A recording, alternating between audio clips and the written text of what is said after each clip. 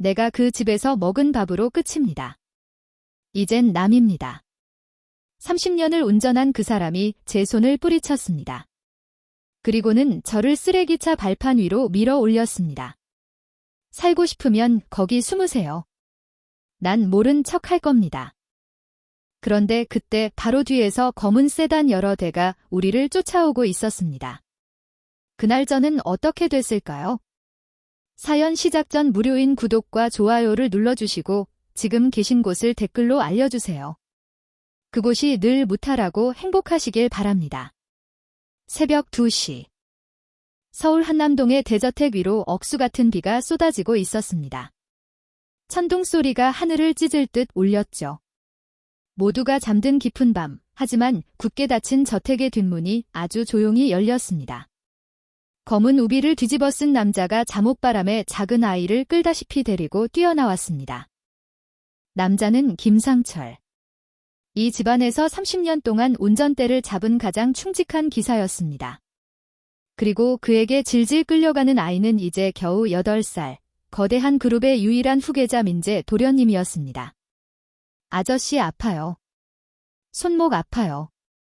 왜 이래요? 민재가 울먹이며 숨을 헐떡였습니다. 하지만 김 기사는 대답하지 않았습니다.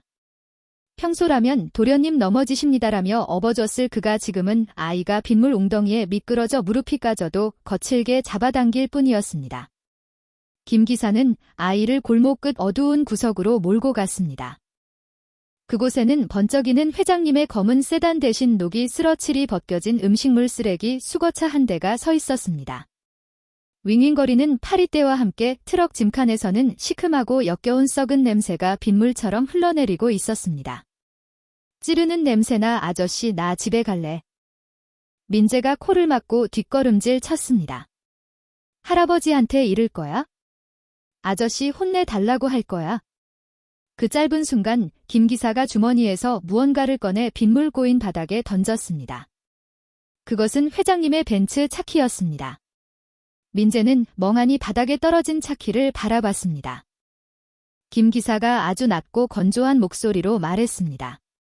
가서 이르십시오. 회장님이 살아 계신다면 말입니다. 민재가 고개를 들었습니다. 네. 회장님, 방금 돌아가셨습니다. 김 기사의 목소리에 물기가 없었습니다. 도련님이 세상에서 제일 좋아하는 작은아버지가 산소 흡입기 코드를 뽑았거든요. 쿵 이 민재의 작은 심장이 바닥으로 떨어지는 것 같았습니다. 할아버지가 돌아가셨다. 작은아빠가 그랬다. 8살 아이의 머리로는 도저히 이해할 수 없는 말이었습니다.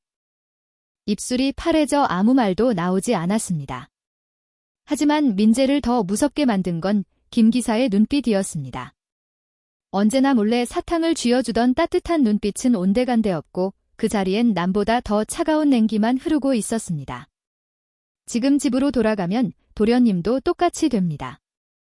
김 기사가 쓰레기차의 녹슨 짐칸 문을 쾅 하고 열었습니다. 밀려오는 악취에 민재가 헛구역질을 했습니다. 타세요. 김 기사의 명령이었습니다. 아저씨, 제발 나 이거 싫어. 무서워요. 민재가 김 기사의 바짓가랑이를 잡고 매달렸습니다. 그때 골목 저편에서 눈부신 헤드라이트 불빛이 번쩍였습니다. 검은 세단 여러 대가 빗물을 튀기며 무섭게 달려오고 있었습니다. 작은아버지의 하수인들 철이반이었습니다. 김 기사의 눈썹이 꿈틀했습니다.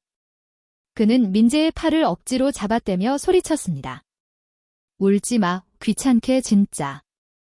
지금부터 저는 모르는 사람입니다. 아시겠습니까? 도련님도 아니고 저도 기사가 아닙니다. 우린 남입니다. 그 말이 때리는 것보다 더 아팠습니다. 우린 남이다. 민재는 울음을 꾹 삼켰습니다. 여기서 더 울면 아저씨가 자기를 진짜로 버리고 갈 것 같았습니다. 거기가 도련님한테 제일 안전한 곳입니다. 숨소리도 내지 마십시오. 민재는 살기 위해 미끌미끌한 오물이 묻은 쓰레기차 짐칸으로 기어 올라갔습니다. 쓰레기 봉투 사이에 몸을 웅크렸습니다. 철컥, 무거운 철문이 닫혔습니다. 세상이 닫혔습니다. 완벽한 어둠. 그리고 숨을 쉴 수 없을 만큼 지독한 악취. 바깥에서는 타이어 긁히는 소리와 남자들의 고함 소리가 들려왔습니다. 김상철 어디 갔어? 그 꼬맹이 어디로 빼돌렸어? 철문 하나를 사이에 두고 민재는 귀를 기울였습니다. 김 기사의 목소리가 들려왔습니다. 아까와는 전혀 다른 비굴하고 비열한 목소리였습니다. 아이고, 형님들 오셨습니까? 예. 모릅니다. 제가 유모도 아니고 전 오늘부로 그 집 그만뒀습니다. 밥줄 끊긴 마당에 애는 챙겨서 뭐 합니까? 그럼 이 새끼가 넌 왜 이 똥차 옆에 있어? 퇴직금 대신 이거라도 팔아먹으려고요. 밥값은 챙겨야 할 거 아닙니까? 철문 안에서 그 소리를 듣던 8살 민재는 가슴이 와장창 무너져 내렸습니다. 밥줄 끊겨서 나를 버렸다. 똥차 팔아서 돈 챙기려고 한다. 민재는 쓰레기 더미 속에서 입술을 깨물었습니다. 여린 입술에서 피가 배어 나왔습니다. 곧이어 쓰레기차가 요란하게 시동을 걸고 출발했습니다. 민재는 덜컹거리는 짐칸 안에서 오물과 함께 뒹굴었습니다. 하지만 더 이상 울지 않았습니다. 눈물이 말라버린 8살 아이의 눈에 차가운 도끼가 서리기 시작했습니다. 두고 봐. 내가 나가면 아저씨부터 가만 안 둬. 절대 용서 안 해. 하지만 어린 민재는 보지 못했습니다. 운전석에 앉은 김 기사가 백미러로 굳게 닫힌 짐칸을 바라보며 핸들을 쥔 손이 하얗게 질리도록 떨고 있다는 것을요. 그의 주름진 눈가에서 굵은 눈물방울이 뚝 떨어졌습니다. 와이퍼가 빗물을 닦아냈지만 김 기사의 눈물은 닦지 않았습니다. 그가 아주 작게 빗소리에 묻힐 만큼 작게 속삭였습니다. 죄송합니다. 도련님. 부디 사람만 계십시오. 그게 제 밥값입니다. 트럭이 빗속을 뚫고 어둠 속으로 사라졌습니다. 그날 밤 대한민국 최고의 금수저 도련님은 가장 더러운 쓰레기차를 타고 세상에서 사라졌습니다. 새벽 5시, 도시의 모든 더러움이 모이는 곳, 수도권 폐기물 처리장. 녹색 쓰레기차 한 대가 천천히 적재함을 들어 올렸습니다. 그 안에는 8살 민재가 숨어 있었어요. 아저씨, 여기 있어요. 문 열어줘요. 민재가 문을 두드렸습니다. 하지만 대답은 없었어요. 그리고 다음 순간 쾅, 적재함이 열리며 밤새 쌓인 쓰레기들이 한꺼번에 쏟아졌습니다. 민재의 몸도 함께 굴러 떨어졌어요. 축축한 봉투들, 음식물 더미, 낡은 상자들, 모든 것이 한꺼번에 아이 위로 덮쳐왔습니다. 가슴이 눌렸습니다. 숨이 안 쉬어졌어요. 앞이 깜깜했습니다. 작은 손이 허공을 더듬었습니다. 이대로 있으면 정말 큰일 난다. 민재는 힘껏 몸을 비틀었어요. 봉투를 밀고 발로 차고 손으로 긁었습니다. 마침내 작은 손 하나가 위로 튀어나왔어요. 민재는 간신히 얼굴을 내밀었습니다. 푸하, 살았다는 숨이 터져 나왔습니다. 어제까지만 해구스다운 침대에서 자던 아이였어요. 그런데 지금은 쓰레기 더미 한복판에 있었습니다. 하룻밤 사이에 세상이 완전히 뒤집혀 버린 거죠. 멀리서 트럭이 출발하는 소리가 들렸습니다. 민재는 쓰레기 산 위로 기어 올라갔어요. 아저씨, 여기 있어요. 가지 마요. 하지만 트럭은 멈추지 않았습니다. 빨간 미등만 작아지다가 어둠 속으로 사라졌어요. 그 모습이 꼭 여기까지다 라고 말하는 것 같았습니다. 그때였어요. 땅이 울렸습니다. 집채만 한 불도저가 쓰레기 더미를 밀어내며 다가오고 있었어요. 운전석은 너무 높았습니다.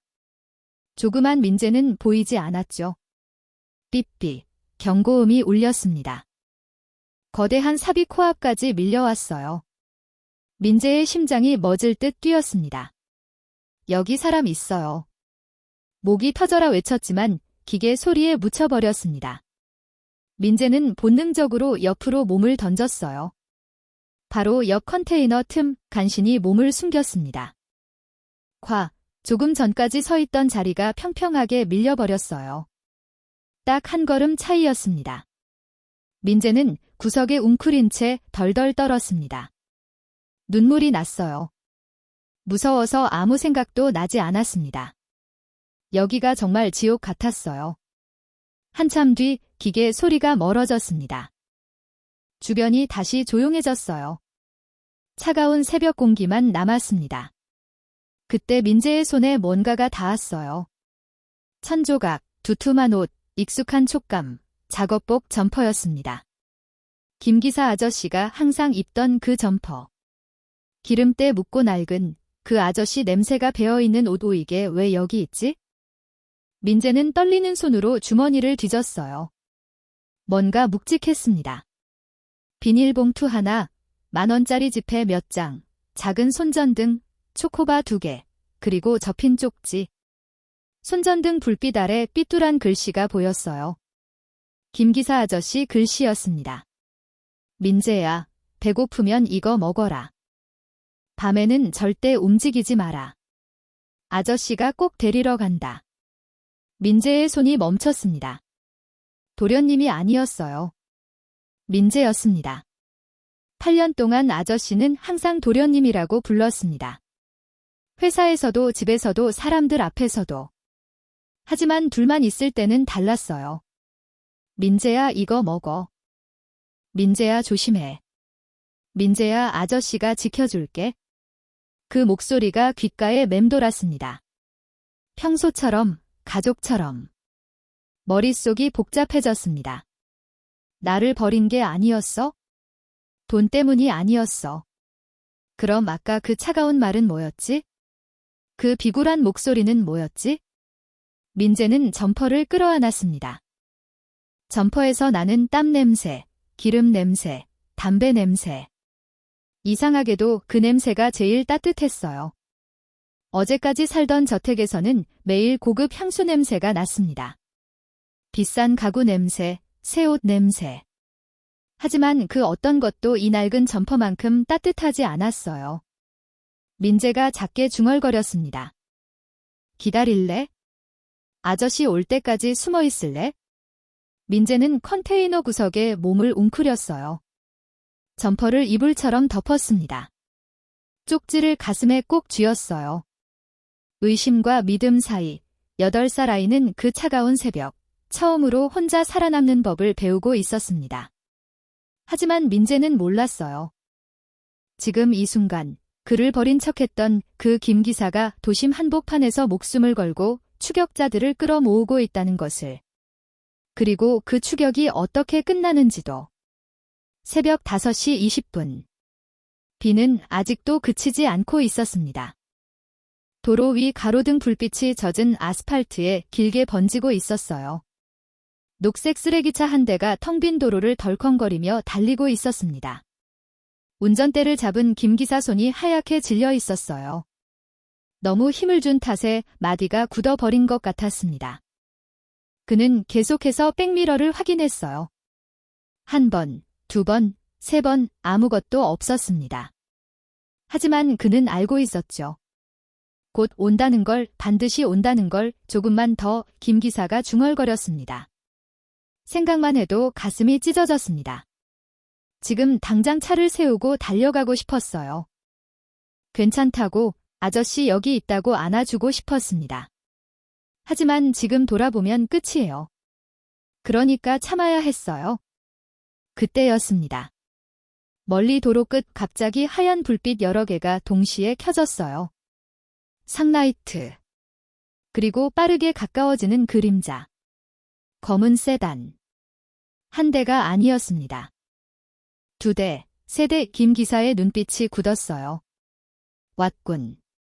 그 짧은 한마디. 이미 각오가 끝난 사람의 목소리였습니다. 이대로 계속 달리면 10분 안에 따라잡힙니다. 도련님이 어디 있을지 그들이 눈치채면 안 됐어요. 방법은 하나뿐. 내가 미끼가 되는 것? 김 기사는 핸들을 급하게 꺾었습니다. 트럭을 골목 안으로 밀어 넣었어요. 그리고 미리 세워둔 검은 벤츠.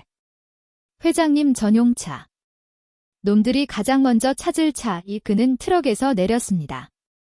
잠깐 멈춰 섰어요. 멀리 쓰레기 수거장 쪽을 바라봤습니다.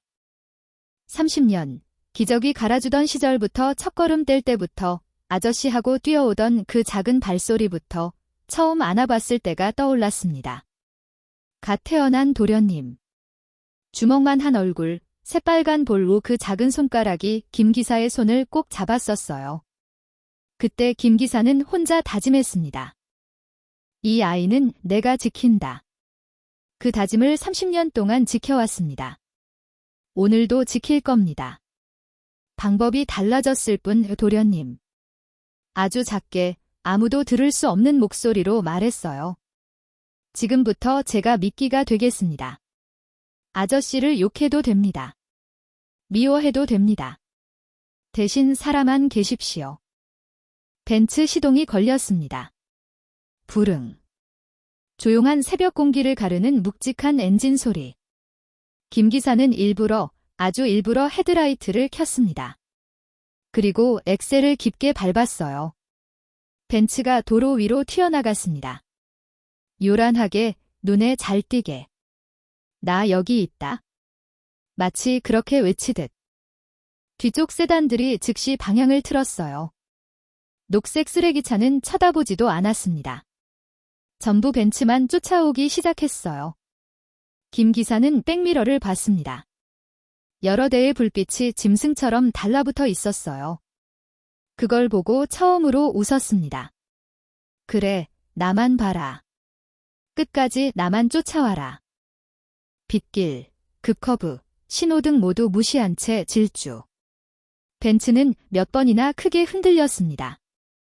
옆 차선 차량이 아슬아슬하게 스쳐 지나갔고 뒤에서는 계속 경적이 울렸어요. 쿵. 뒤에서 강한 충격이 왔습니다. 차가 크게 흔들렸어요. 핸들이 휘었습니다. 하지만 김 기사는 놓지 않았어요. 두 손으로 더 세게 붙잡았습니다. 또 한 번, 쿵. 이번엔 더 강하게. 차체가 옆으로 밀렸습니다. 타이어가 비명을 질렀어요. 끼익. 하지만 멈추지 않았습니다. 숨이 거칠어졌습니다. 앞이 흐려졌어요. 손이 떨렸습니다. 하지만 브레이크를 밟지 않았어요. 조금만 더 멀리. 도련님 있는 곳에서 멀어져야 한다. 10분, 20분, 30분. 김 기사는 서울 외곽까지 놈들을 끌고 갔습니다. 쓰레기장에서 최대한 멀리. 마침내 한강 다리 위였습니다. 앞에는 경찰차, 뒤에는 세단들. 완전히 포위. 벤츠가 멈췄습니다. 엔진 소리도 잦아들었어요. 고요. 빗소리만 들렸습니다. 김 기사는 핸들에 이마를 기댔습니다. 숨을 깊게 내쉬었어요. 됐다.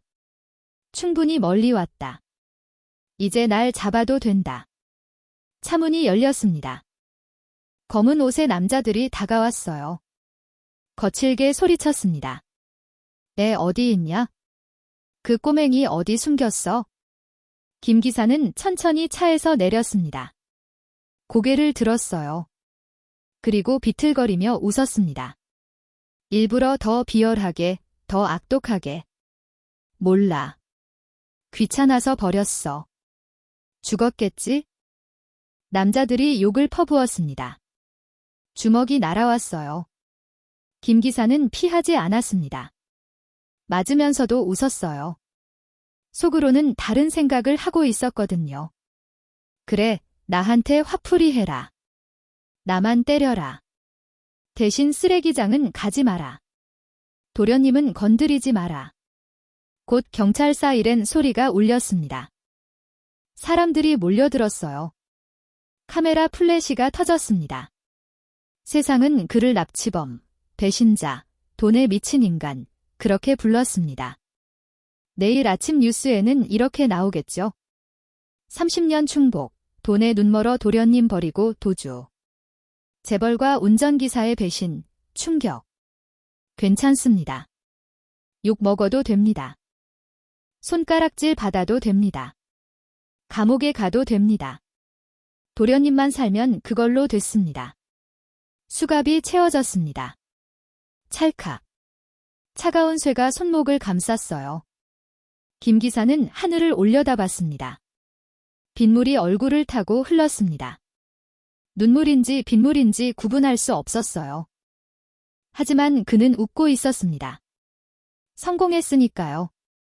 그 시각, 도시 외곽 쓰레기장 컨테이너 뒤, 작은 아이 하나가 낡은 점퍼를 덮고 웅크려 있었습니다.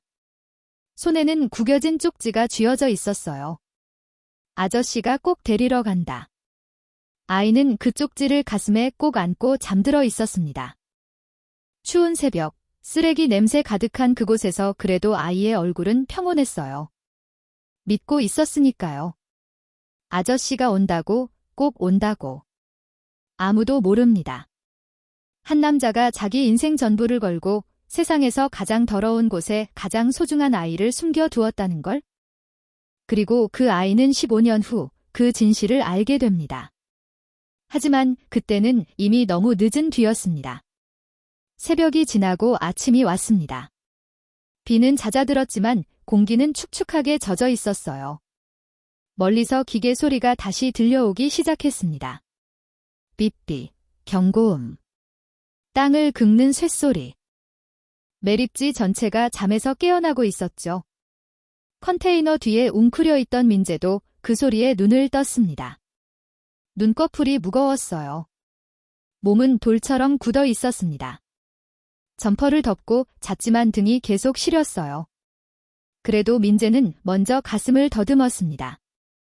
쪽지, 있었습니다.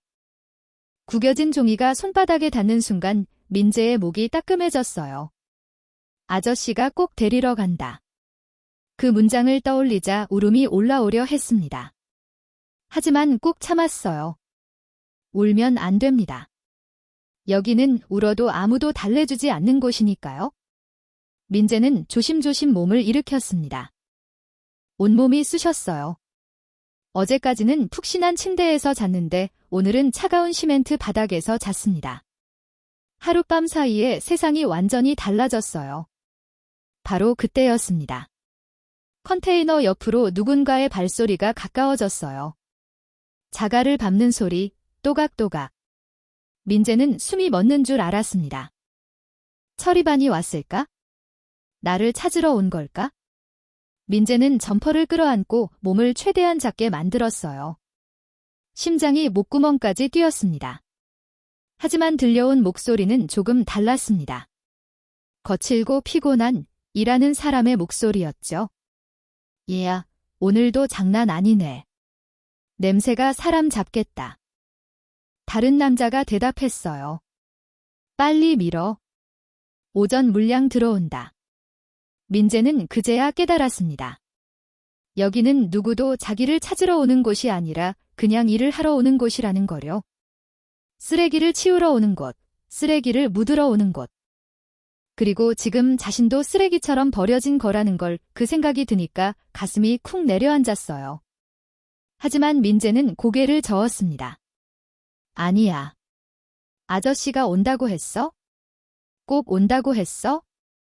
기계가 지나가는 소리가 한참 이어졌습니다. 쓰레기 더미가 밀리고 쿵 하고 떨어지고 비닐봉투가 찢어지는 소리가 가끔씩 터졌어요. 민재의 배가 그 소리에 맞춰 꿀렁거렸습니다. 배가 고팠어요. 정확히 말하면 속이 비어서 어지러웠습니다. 어제 저녁도 못 먹었고 오늘 아침도 못 먹었고 마지막으로 먹은 게 언제인지도 모르겠어요. 민재는 떨리는 손으로 주머니를 만졌습니다. 초코바, 10,000원짜리, 손전등. 어젯밤에는 무서워서 아무것도 못 먹었지만 지금은 먹지 않으면 쓰러질 것 같았어요. 민재는 초코바 포장을 살짝 뜯었습니다. 아삭. 그 작은 소리에 심장이 철렁 내려앉았어요. 민재는 얼른 움직임을 멈추고 귀를 기울였습니다. 아무 소리도 없었어요. 그제야 민재는 조금씩 초코바를 씹었습니다. 달콤함이 입안에 퍼지자 눈물이 핑 돌았어요. 이렇게 작은 것 하나가 살아있다는 느낌을 주다니요. 어제까지는 매일 먹던 간식이었는데 오늘은 이게 전부였습니다. 민재는 씹으면서도 마음속으로 계속 되뇌었어요. 아저씨가 온다. 아저씨가 꼭 온다. 그때였습니다. 컨테이너 앞쪽에서 누군가가 갑자기 소리쳤어요. 잠깐만. 저기 뭐 움직였어? 민재의 온몸이 얼어붙었습니다. 초코바가 목에 걸린 것처럼 숨이 턱 막혔어요. 쥐 아니야? 쥐가 저렇게 커. 야, 거기 손전등 좀 비춰봐. 빛이 컨테이너 틈으로 스며들었습니다. 민재는 본능적으로 점퍼로 얼굴을 가렸어요. 하지만 빛은 점점 가까워졌습니다. 발소리도 가까워졌고요. 민재는 더 이상 버틸 수가 없었어요. 그 자리에서 튀어나오면 잡힐 것 같았고 가만히 있으면 발견될 것 같았습니다. 가슴이 미친 듯이 뛰었어요. 그 순간 민재의 머리에 한 가지 생각이 번쩍 지나갔습니다. 도망치자. 지금 뛰지 않으면 끝이다. 민재는 점퍼를 움켜쥐고 컨테이너 반대쪽으로 기어 나왔어요. 발이 쓰레기 늪에 빠져 푹 소리가 났습니다. 민재는 이를 악물고 몸을 뽑았어요. 그리고 그대로 달렸습니다. 얘야, 저거 애잖아. 뭐야? 진짜 사람이었어? 야, 거기서. 민재는 뒤를 돌아볼 틈도 없었어요. 숨이 가빠서 목이 따갑고 다리가 후들거려 금방이라도 넘어질 것 같았습니다. 하지만 멈추면 안 돼요. 멈추면 잡힙니다. 민재는 쓰레기 더미 사이를 비집고 달렸어요. 봉투가 발목에 걸리고 젖은 종이가 신발처럼 달라붙었습니다. 맨발이어서 더 아팠어요. 발바닥이 따끔따끔 찢어지는 느낌이 났습니다. 그러다 결국 민재는 미끄러졌어요. 젖은 비닐 위에서 발이 쭉 미끄러지며 몸이 옆으로 넘어졌습니다. 팔꿈치가 바닥에 쿵 부딪혔어요. 으! 소리가 새어나왔습니다. 민재는 입을 틀어막고 다시 일어나려 했지만 그때 누군가의 그림자가 민재 앞을 가로막았어요. 낡은 장갑을 낀 손, 굽은 허리, 그리고 작은 수레에 폐지를 줍는 할머니였습니다.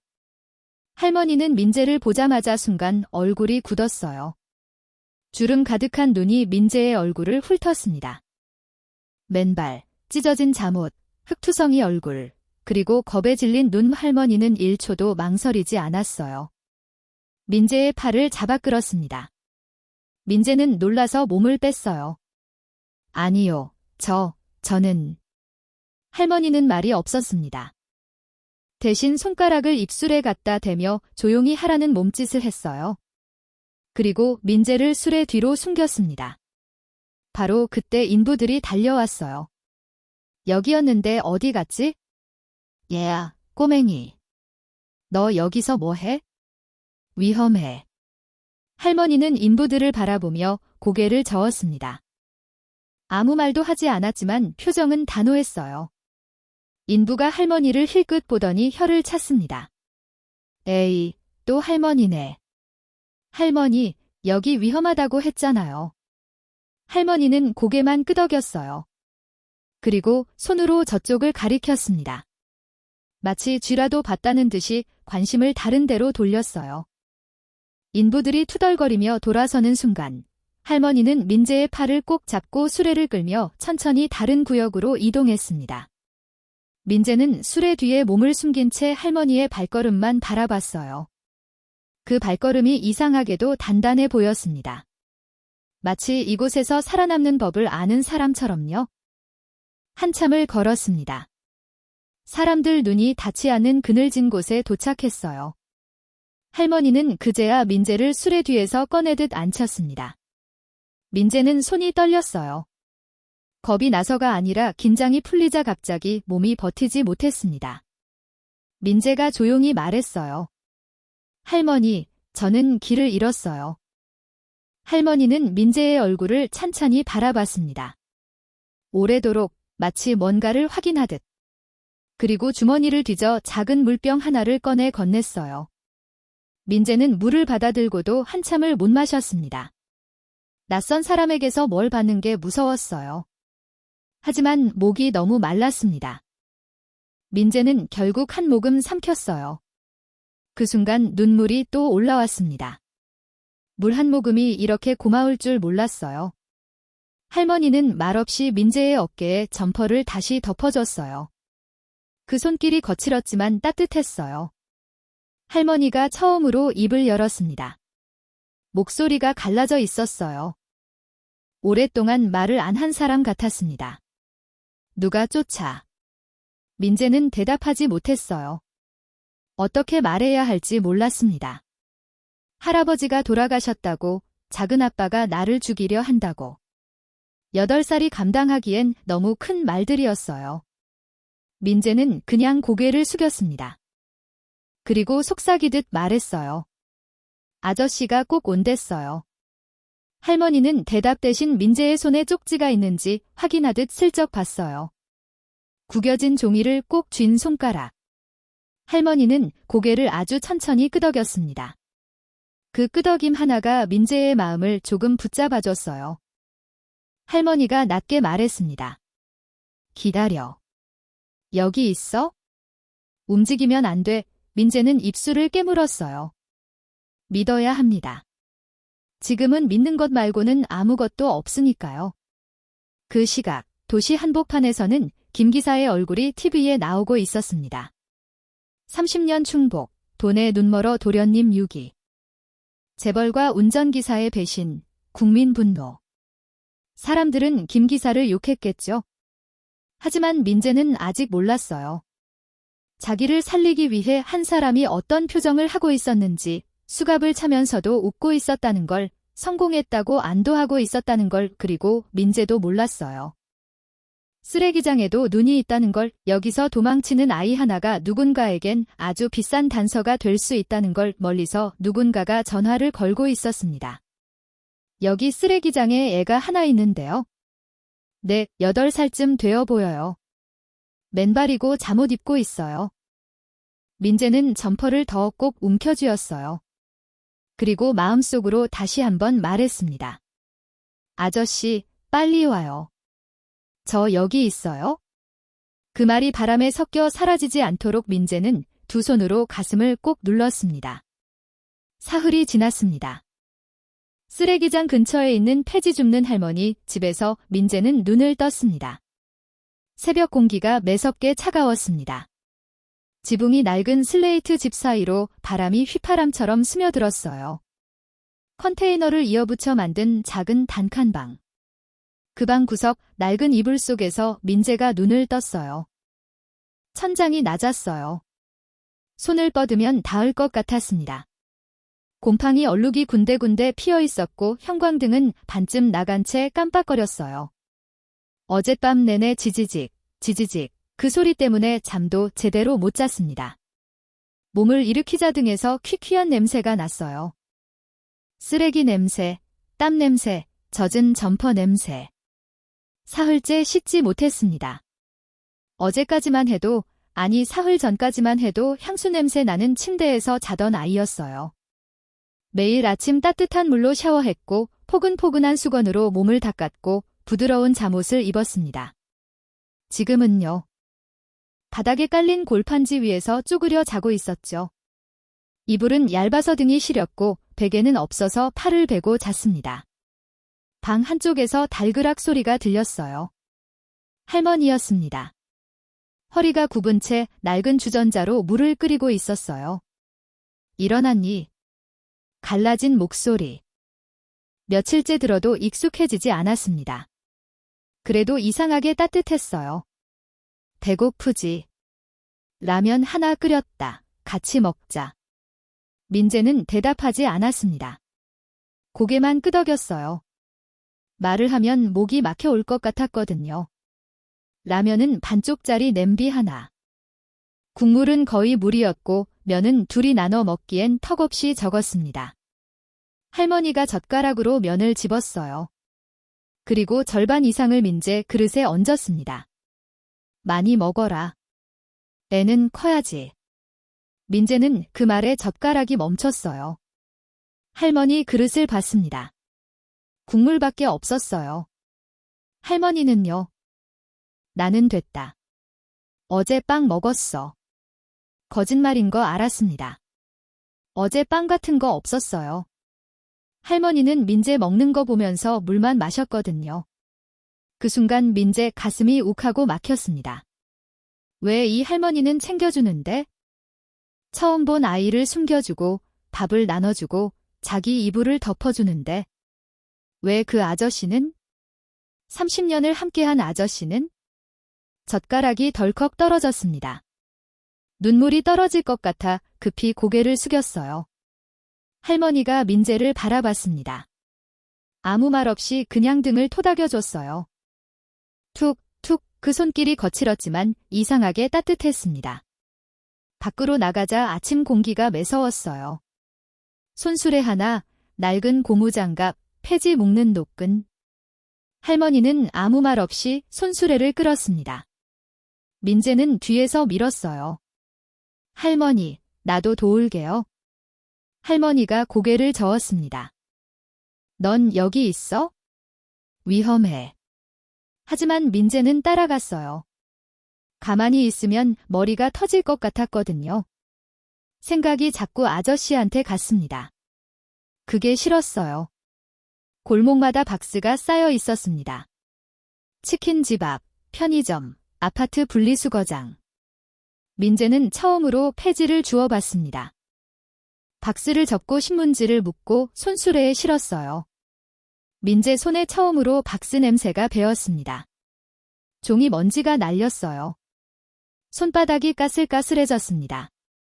사흘 전까지만 해도 이런 건 상상도 못했어요. 폐지가 뭔지도 몰랐습니다.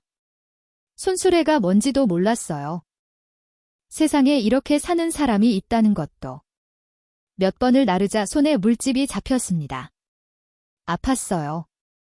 피부가 벗겨지는 느낌이 났습니다. 그래도 소리 내지 않았어요. 김기사 아저씨 때문이야.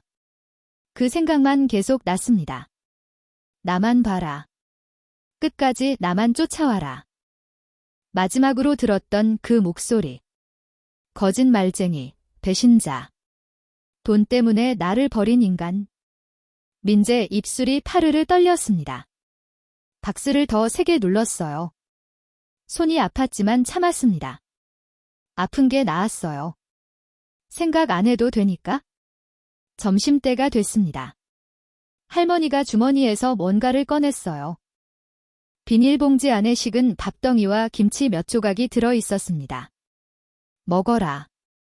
민재는 받아들였어요. 밥이 차가웠습니다. 김치는 너무 짜서 목이 탔어요. 하지만 다 먹었습니다. 할머니, 처음으로 제대로 말을 걸었어요. 사람이 돈 때문에 가족도 버릴 수 있어요? 할머니가 잠깐 멈췄습니다. 민재를 바라봤어요. 그런 놈도 있지? 짧은 대답. 근데 끝까지 안 버리는 사람도 있다. 민재는 고개를 숙였습니다. 그 말이 위로처럼 들리지 않았어요. 아저씨는 버렸어요. 저버렸어요. 할머니는 대답하지 않았습니다. 그냥 민재의 머리를 쓰다듬었어요. 거친 손, 갈라진 손, 하지만 따뜻한 손, 밤이 되었습니다. 손수레를 정리하고 둘은 방으로 돌아왔어요. 할머니가 물었습니다. 그 아저씨 어떤 사람이었니? 민재는 한참 대답하지 못했어요. 좋은 사람인 줄 알았어요. 맨날 사탕 줬어요. 업어줬어요. 무서운 꿈 꾸면 달래줬어요. 목이 막혔습니다. 근데 다 거짓말이었어요. 돈 때문이었어요. 저를 팔아먹으려고 그랬던 거예요? 민재는 구석에 앉아 낡은 점퍼를 멍하니 바라봤습니다. 김기사 점퍼, 기름때 묻은 냄새나는 그걸 움켜쥐는 순간 가슴이 쿵 내려앉았어요. 왜 그랬어요? 입술이 떨렸습니다.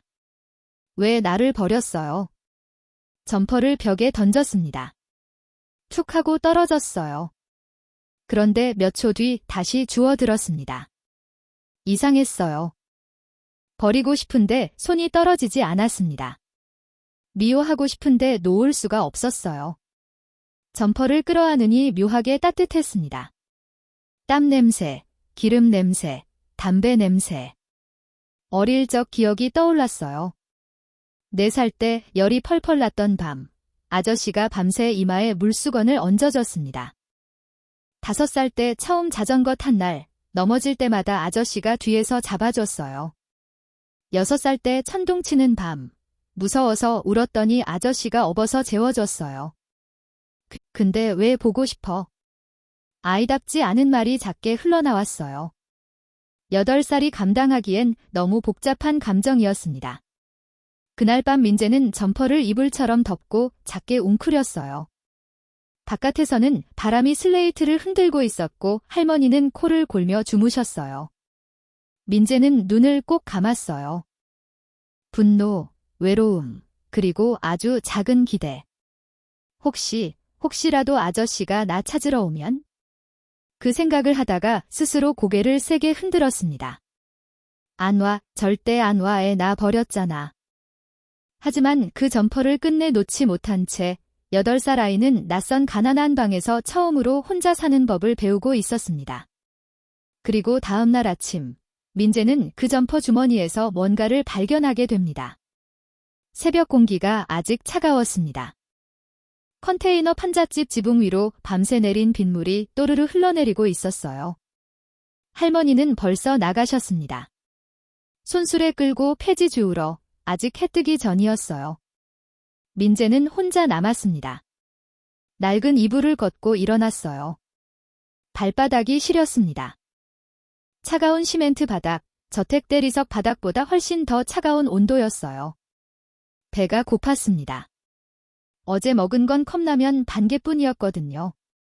물만 잔뜩 부른 면, 국물도 거의 없었어요. 그래도 그걸 허겁지겁 먹었죠. 배고픔이 자존심보다 컸으니까요. 나흘 전까지만 해도 아침마다 따끈한 밥상이 차려졌습니다. 김이 모락모락 나는 된장찌개, 노릇하게 구운 계란말이, 먹기 싫다고 투정 부리면 아저씨가 비행기 놀이해주며 먹여줬어요. 도련님, 입 벌려요. 슝, 비행기가 간다. 그 목소리가 갑자기 떠올랐습니다. 민재는 고개를 세게 저었어요. 생각하지 마, 그 사람 생각하지 마. 민재는 구석에 놓인 점퍼를 바라봤습니다. 기름때 묻은 작업복. 김기사 아저씨 옷 괜히 화가 났어요. 가슴이 뜨거워졌습니다. 그 옷만 보면 그 얼굴이 떠올라서. 거짓말쟁이, 작게 중얼거렸어요. 돈 때문에 나를 버린 거잖아. 눈물이 핑 돌았습니다. 하지만 울지 않았어요. 울면 지는 것 같았거든요. 내가 왜 기다려? 올 리가 없잖아. 버렸잖아. 쓰레기처럼. 민재는 점퍼를 발로 툭 찼습니다. 구석으로 밀려났어요. 하지만 잠시 후 다시 주워들었습니다. 춥거든요. 아무리 미워도 따뜻한 건 그 옷뿐이었으니까요. 소매를 꿰었습니다.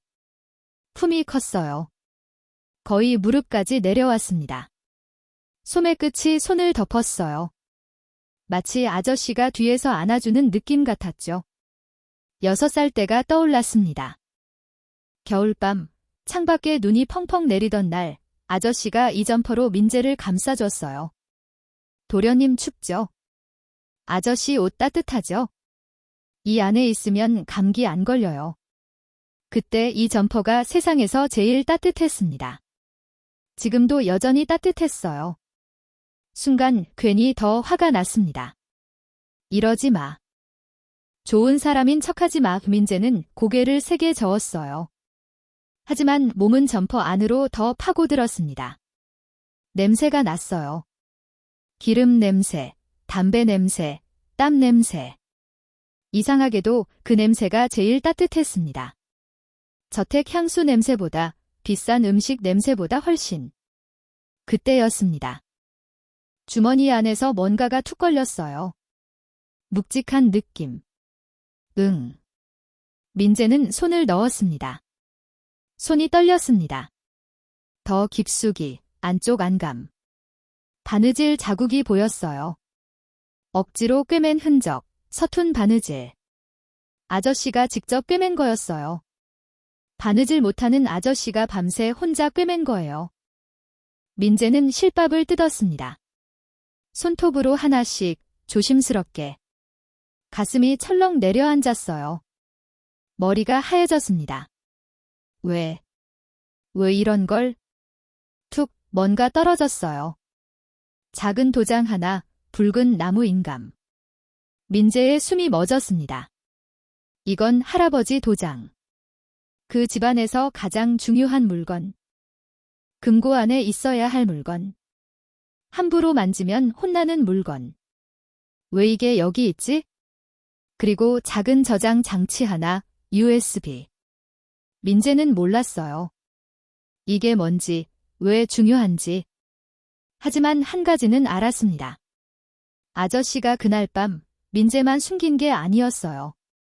이것들도 함께 숨겼습니다. 민재 품 안에 세상에서 가장 안전한 곳에. 아저씨. 이제 확실했습니다.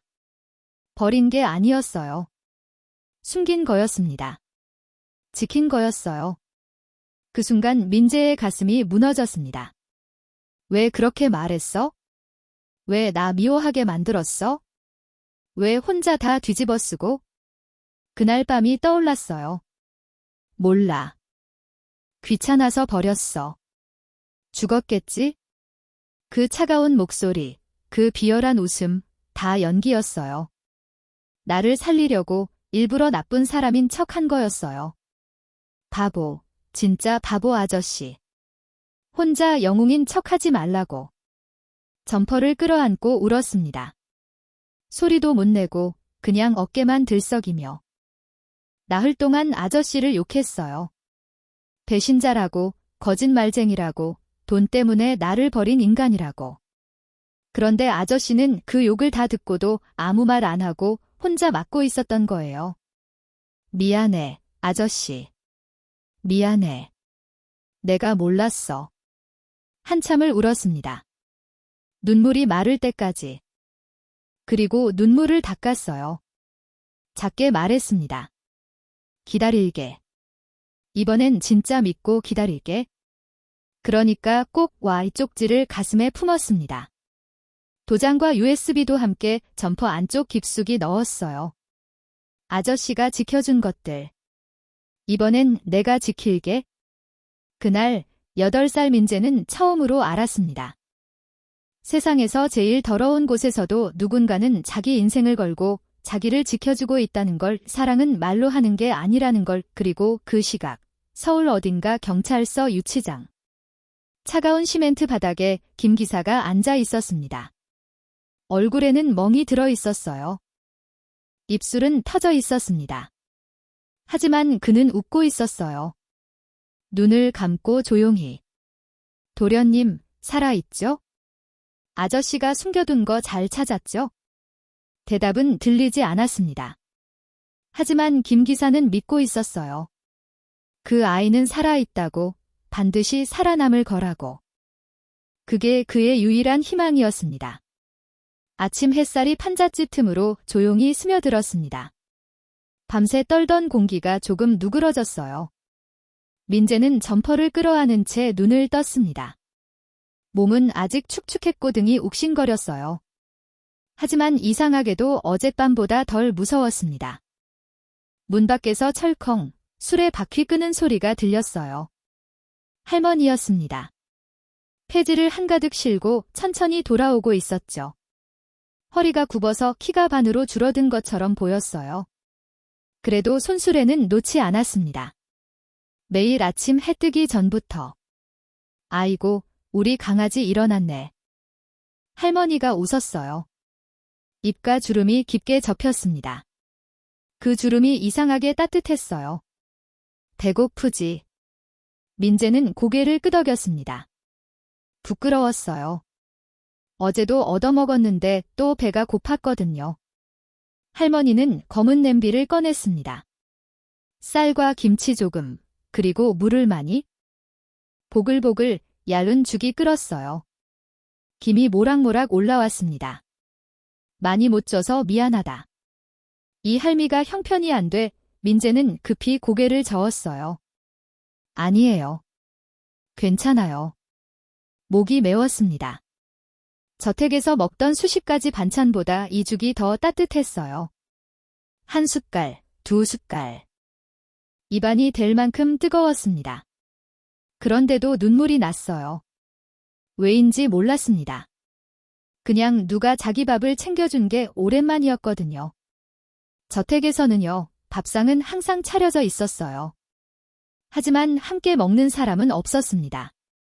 할아버지는 바빴고 작은 아빠는 무서웠고 밥을 먹으면서 웃어본 적이 없었어요. 그런데 지금은요. 냄비 하나에 둘이 마주 앉아서 할머니가 웃으면서 떠먹여주고 있었습니다. 천천히 먹어라. 데인다. 할머니 손이 민재 머리를 쓰다듬었어요. 거칠고 주름진 손, 굳은 살이 박힌 손 하지만 아주 부드러웠습니다. 그날부터 민재는 할머니를 따라다니기 시작했어요. 골목, 시장, 고물상. 종이 냄새, 쇳소리, 손수레 끄는 삐걱거림. 처음엔 무서웠어요. 사람들이 쳐다보는 것 같았거든요. 혹시 나를 아는 사람이 있으면 어쩌지? 혹시 찾으러 온 사람이 있으면 어쩌지? 하지만 아무도 쳐다보지 않았습니다. 여기서는요, 폐지 줍는 할머니랑 손자. 그냥 그게 전부였어요. 이거 들 수 있겠니? 할머니가 박스를 가리켰어요. 네, 이민재는 작은 손으로 박스를 들었습니다. 무거웠지만 참았어요. 뭔가 해야 할 것 같았거든요. 그냥 얻어먹는 애가 되기 싫었습니다. 할머니는 웃었어요. 아이고, 기특하네. 우리 손주 같네? 손주. 그 단어에 민재 가슴이 철렁 내려앉았습니다.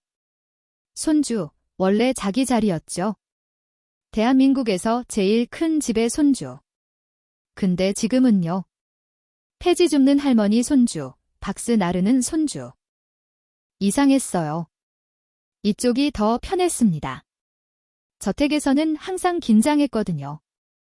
혼날까 봐, 실수할까 봐, 작은 아빠 눈에 띌까 봐 여기서는 그런 거 없었어요. 할머니는 혼내지 않았습니다. 못해도 괜찮다고 했어요. 천천히 해라. 다칠라. 무거우면 내려놔.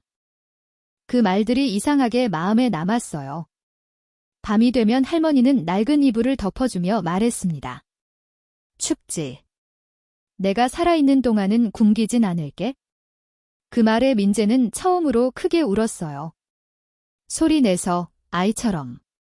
할머니, 나 여기 있어도 돼요? 폐 끼치는 거 아니에요? 할머니는 대답 대신 민재를 품에 안았어요.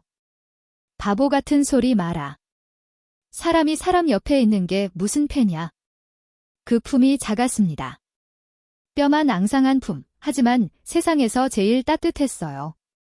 그날 밤, 민재는 점퍼를 다시 입었습니다. 안주머니를 만졌어요. 도장, USB, 쪽지. 손으로 꼭 쥐었습니다. 아저씨, 나 살아있어요. 할머니가 나 지켜주고 있어요. 그러니까 꼭 와요. 처음으로 웃으면서 잠들었습니다. 그때였어요. 멀리서 검은 승합차 한 대가 천천히 골목으로 들어왔습니다. 낯선 번호판, 짙은 선팅. 엔진을 끄지 않은 채 한참 서 있었어요. 민재는 잠결에 눈을 떴습니다. 창문 틈으로 불빛이 보였어요. 헤드라이트. 심장이 쿵 내려앉았습니다. 어른 둘이 내렸어요. 검은 옷, 무전기, 주변을 둘러보는 눈우역이 맞냐? 애가 이 근처에서 사라졌다더라. 쓰레기장 근처 다 뒤져. 민재 손이 차갑게 식었습니다. 점퍼 안쪽 주머니를 더 꽉 움켜쥐었어요. 도장, USB, 그리고 쪽지. 아저씨가 목숨 걸고 숨긴 것들. 들키면 안 돼. 이것만은 지켜야 해. 이번엔 내가 지켜야 해. 민재가 처음으로 이를 꽉 깨물었습니다. 8살 아이 눈빛이 처음으로 변했어요. 무서운 눈, 도망치는 눈이 아니라 버티는 눈이 그 순간 검은 남자 하나가 컨테이너 쪽을 가리켰습니다. 저기 저 집부터 뒤져. 민재의 심장이 멎는 줄 알았어요. 그리고 할머니가 손수레를 끌고 골목으로 들어오고 있었습니다. 아무것도 모른 채 이 민재는 깨달았습니다. 이제 혼자만의 문제가 아니었어요. 자기를 숨겨준 사람이 위험해질 수 있다는 걸 점퍼를 꽉 쥐었습니다. 그리고 처음으로 도망이 아니라 결심을 했어요. 할머니는 내가 지킬 거야. 어둠 속에서 검은 그림자들이 천천히 다가오고 있었습니다. 새벽 공기가 아직 축축했습니다. 밤새 내린 비가 골목 바닥에 고여 있었어요. 손수레 바퀴 자국 사이로 검은 물이 길게 번졌습니다. 민재는 문틈으로 밖을 보고 있었어요. 심장이 이상하게 빨리 뛰었습니다. 아까 본 그 승합차. 검은색, 짙은 선팅, 엔진을 끄지 않은 채 서 있던 차, 저 동네에는 어울리지 않는 차였어요. 여기는 폐지 줍는 사람들이 사는 곳, 낡은 손수레와 리어카가 전부인 곳, 그런데 번쩍이는 승합차라니. 괜히 예민한 건가? 혼잣말을 했지만 목이 바짝 말랐습니다. 그때였어요. 지지직, 낮은 무전기 잡음. 여기 근처 맞다니까? 쓰레기장 CCTV에 찍혔어. 꼬마 하나, 녹색 트럭에서 떨어졌대. 민재의 숨이 멎었습니다. 쓰레기장 CCTV. 지켰다. 그 말이 머리를 망치처럼 때렸어요. 생각해보니 그랬습니다. 쓰레기장에도 관리실이 있었어요. 불도저 옆에 작은 건물. 거기 카메라가 있었던 것 같았습니다. 그리고 그날 민재는 인부들한테 발견됐었죠. 저거 애잖아. 야, 거기서. 그때 누군가 신고했을 거예요. 이상한 애가 있다고, 맨발에 잠옷 입은 애가 있다고. 쓰레기장에도 눈이 있었습니다. 도망치는 아이 하나가 누군가에겐 아주 비싼 단서가 될 수 있다는 걸 민재는 그제야 알았어요. 남자 둘이 골목으로 걸어 들어왔습니다. 검은 점퍼, 짧은 머리, 운동화. 땅이 물을 밟을 때마다 척 소리가 났어요. 평범한 동네 사람이 아니었습니다. 눈빛이 달랐어요. 찾는 사람 눈, 사냥하는 사람 눈, 저기 컨테이너부터 뒤져. 노숙자들 숨기 딱 좋잖아. 민재 손이 차갑게 식었습니다. 저기는 할머니 집. 마침 골목 입구에서 손수레 소리가 들렸어요. 철컹. 할머니였습니다. 아무것도 모른 채 폐지를 한가득 싣고 돌아오고 있었죠. 허리가 굽어서 앞도 잘 안 보이는데 그래도 열심히 끌고 오고 있었어요. 안 돼, 민재가 입술을 깨물었습니다. 저 사람들이 할머니를 보면 분명 물어볼 거예요. 네, 못 봤어요. 여기 숨긴 거 아니에요? 할머니는 거짓말을 못하는 사람이에요. 얼굴에 다 쓰인 사람. 눈을 못 마주치면 금방 들키는 사람. 그러면 할머니까지 잡혀갑니다. 나 때문에. 민재 가슴이 쿵 내려앉았어요. 며칠 전 할머니가 했던 말이 떠올랐습니다. 내가 살아있는 동안은 굶기진 않을게. 그 말, 그 따뜻한 말에 그런 사람을 위험하게 만들 수 없었어요. 문이 벌컥 열렸습니다. 민재가 뛰쳐나갔어요. 할머니. 할머니, 여기요. 조용히, 아무 말도 하지 마요. 민재는 손수레를 잡아 끌었습니다. 컨테이너 뒤편, 쓰레기 더미 쪽으로. 여기 숨어요. 제발요. 왜 그러니? 무슨 일이야? 설명 못해요. 그냥 숨어요. 처음으로 민재가 할머니에게 소리쳤어요. 할머니는 그 눈을 봤습니다. 8살 아이 눈이 아니었어요. 겁에 질렸지만 동시에 뭔가를 지키려는 눈. 할머니는 아무 말도 하지 않았습니다. 그냥 끄덕였어요. 그때 철컥, 컨테이너 문이 열리는 소리. 아이, 사람 있냐? 남자 목소리였어요. 거칠고 짜증 섞인 목소리. 발소리가 가까워졌습니다. 민재는 할머니 손을 꽉 잡았어요.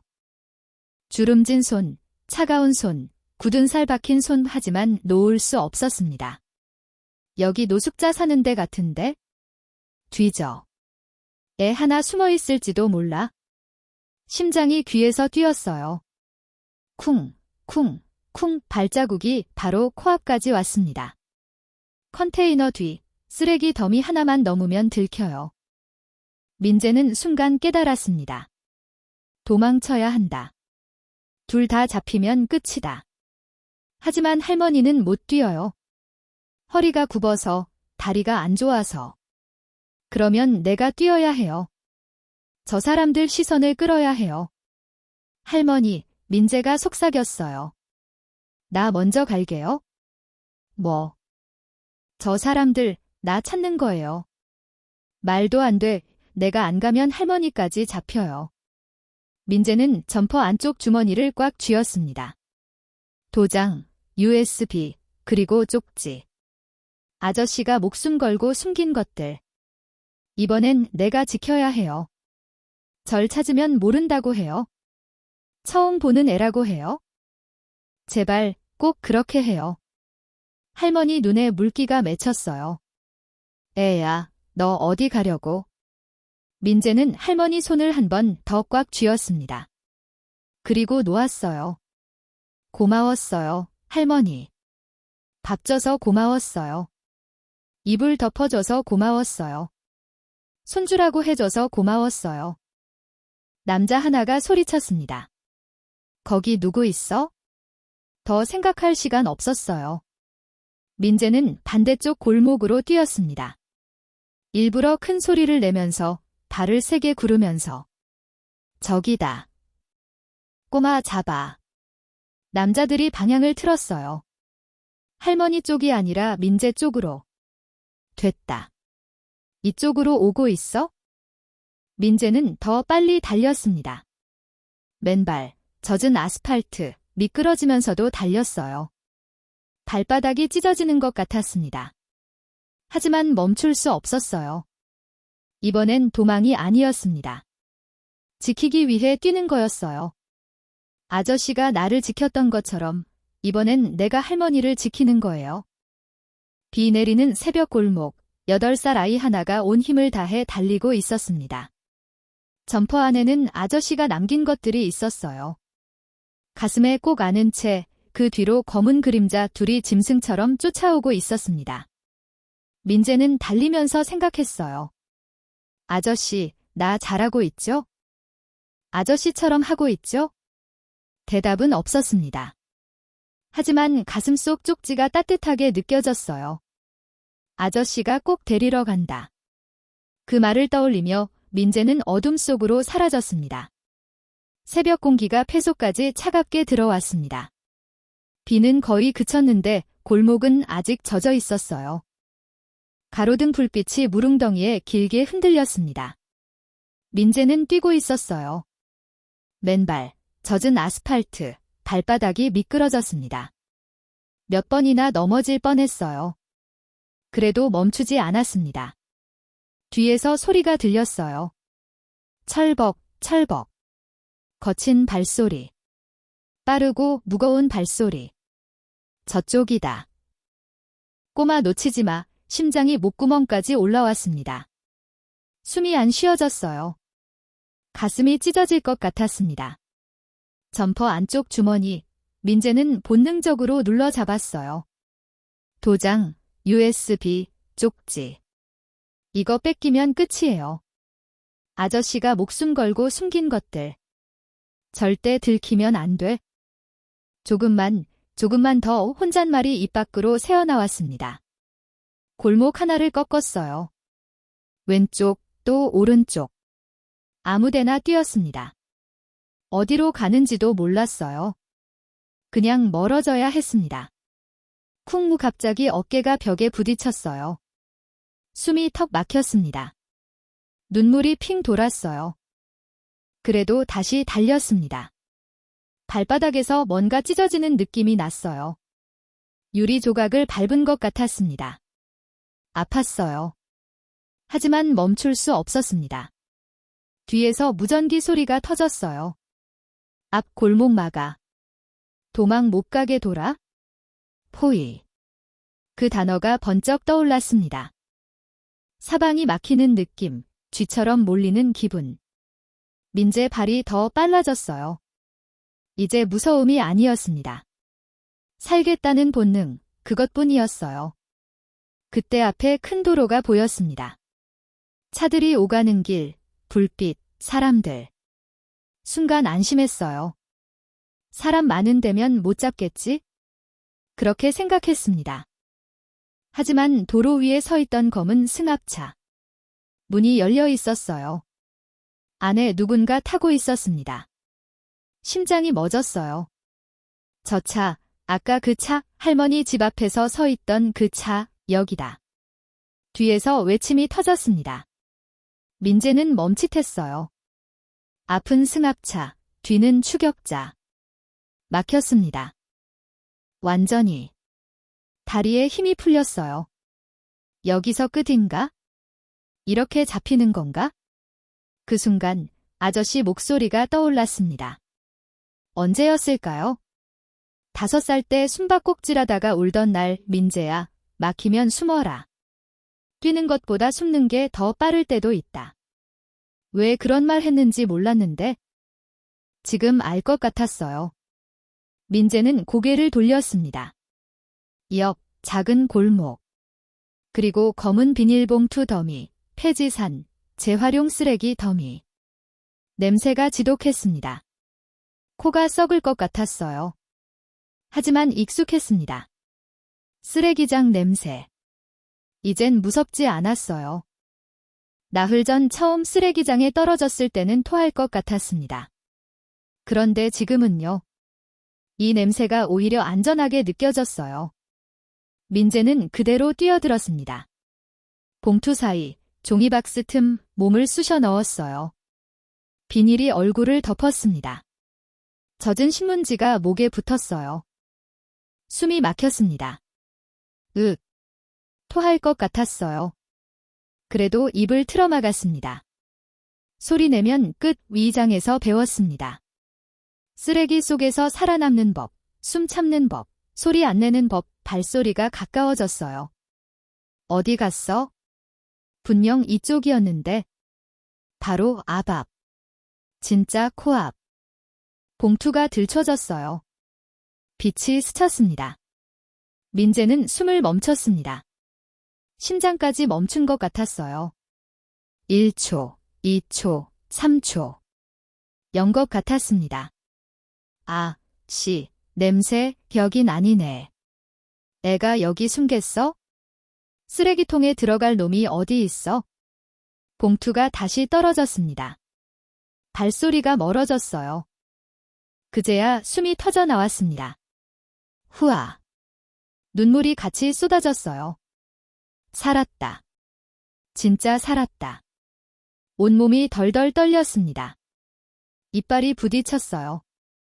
저 사람들은 몰랐어요. 이 아이가 이미 쓰레기통에서 살아본 아이라는 걸. 그때 주머니 안에서 쪽지가 손에 닿았습니다. 민재는 꺼내지 않고 그냥 가슴에 꼭 눌렀어요. 아저씨, 나 잘 숨었어요. 아저씨가 가르쳐준 대로 했어요? 처음으로 조금 웃었습니다. 더러운 쓰레기 더미 속 세상에서 제일 더러운 곳, 그런데 이상하게 가장 안전한 것 같았어요. 여기서 아저씨 기다려야지. 할머니한테 미안하다고 해야지. 다 끝나면 셋이 밥 먹어야지. 민재는 눈을 감았습니다. 점퍼를 꼭 끌어안았어요. 그리고 민재는 몰랐습니다. 멀리서 누군가 그 모습을 보고 있다는 걸? 쓰레기 더미 위, 낡은 건물 옥상, 깨진 창문 틈 사이로 망원 렌즈 하나가 조용히 움직이고 있었어요. 찾았다. 낮은 목소리. 쓰레기장 꼬마, 아직 살아있네. 저 점퍼 안에 뭔가 있어? 꼭 쥐고 있는 거 봐의 카메라 셔터 소리가 작게 울렸습니다. 찰칵. 누군가에겐 그 아이 하나가 아주 비싼 단서가 되고 있었어요. 그리고 진짜 사냥은 지금부터 시작이었습니다. 아침이 완전히 밝기 전이었습니다. 하늘은 아직 재빛이었고 골목엔 물비린내가 남아있었어요. 민재는 천천히 걸었습니다. 달릴 힘이 없었어요. 다리가 후들거렸습니다. 발바닥 상처가 따끔거렸죠. 점퍼 안을 계속 붙잡고 있었어요. 혹시라도 빠질까봐, 혹시라도 누가 낚아챌까봐. 도장, USB, 쪽지. 아저씨가 숨긴 것들. 이젠 자기 목숨보다 소중했습니다.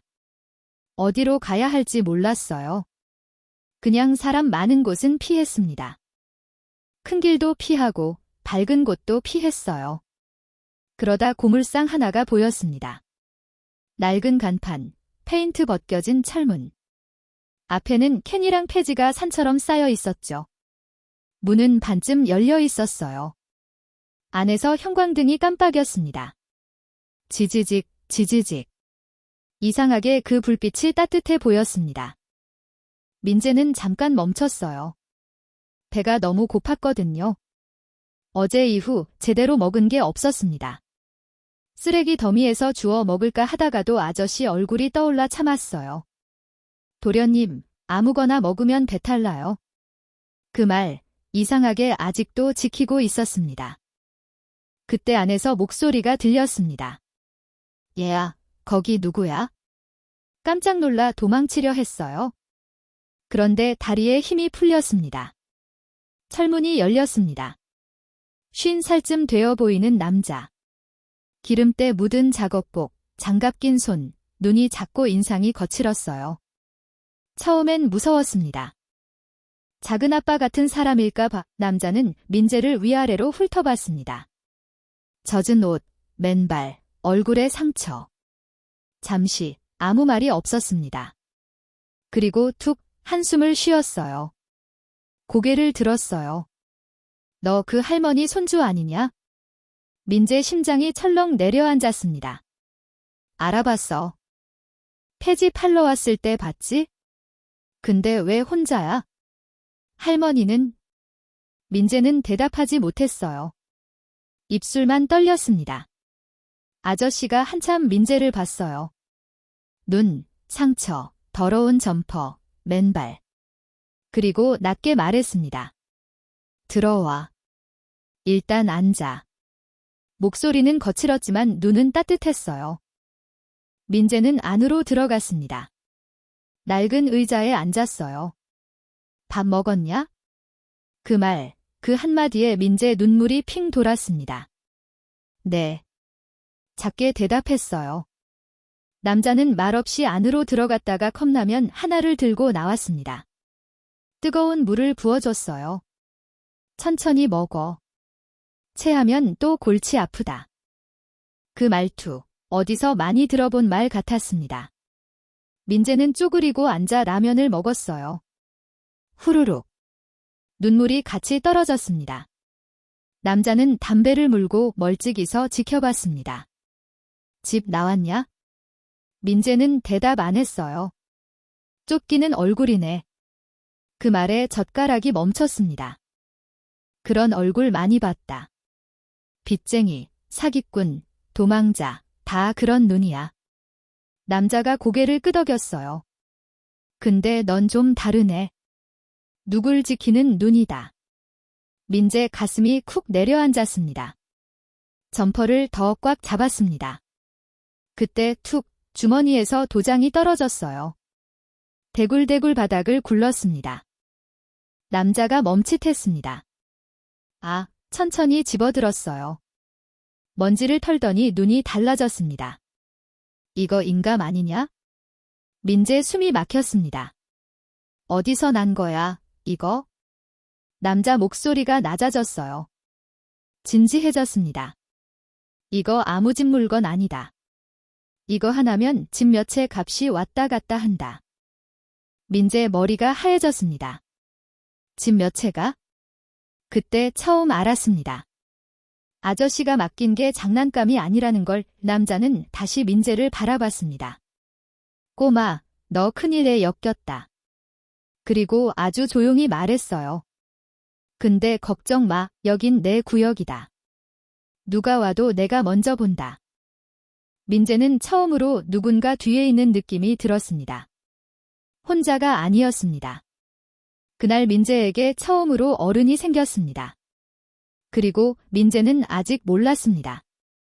이 고물상 아저씨가 자기 인생을 뒤집어 줄 사람이라는 걸 아침 해가 천천히 올라왔습니다. 고물상 지붕 위로 넓은 햇빛이 번졌어요. 밤새 젖어있던 철판이 서서히 마르고 있었습니다. 민재는 고물상 안구석 박스 위에 앉아 있었어요. 손에는 따뜻한 컵라면, 김이 모락모락 올라왔습니다. 천천히 먹어라. 데인다. 고물상 아저씨가 말했어요. 목소리는 거칠었지만 이상하게 부드러웠습니다. 민재는 고개를 끄덕이며 조심히 면을 후루룩 삼켰어요. 뜨거웠습니다. 그런데도 좋았어요. 며칠 만에 제대로 된 음식이었습니다. 이름이 뭐였지? 민재요. 그래, 민재야. 아저씨가 잠깐 멈췄습니다.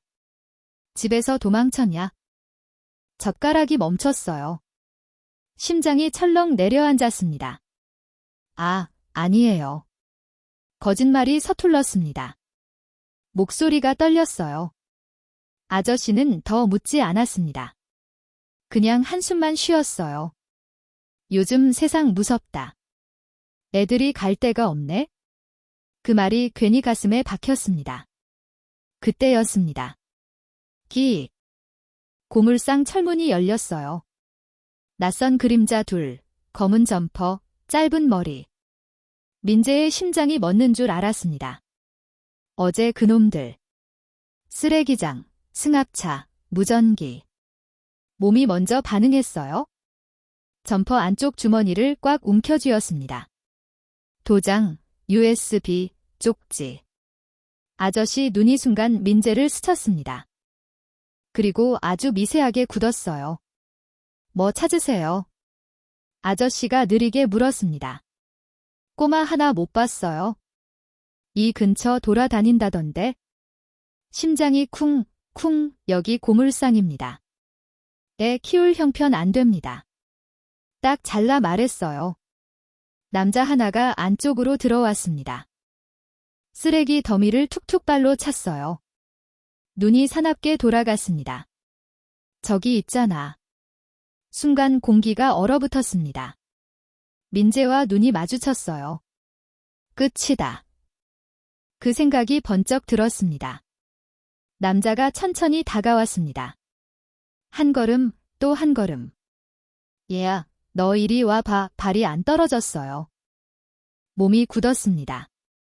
그때 툭, 아저씨가 민재 앞을 막아섰습니다. 우리 조카입니다. 일 도와주는 애예요. 조카. 남자가 비웃었습니다. 이 동네에 조카 맡길 형편돼 보이냐? 공기가 싸늘해졌어요. 남자 시선이 민재 점퍼로 내려왔습니다.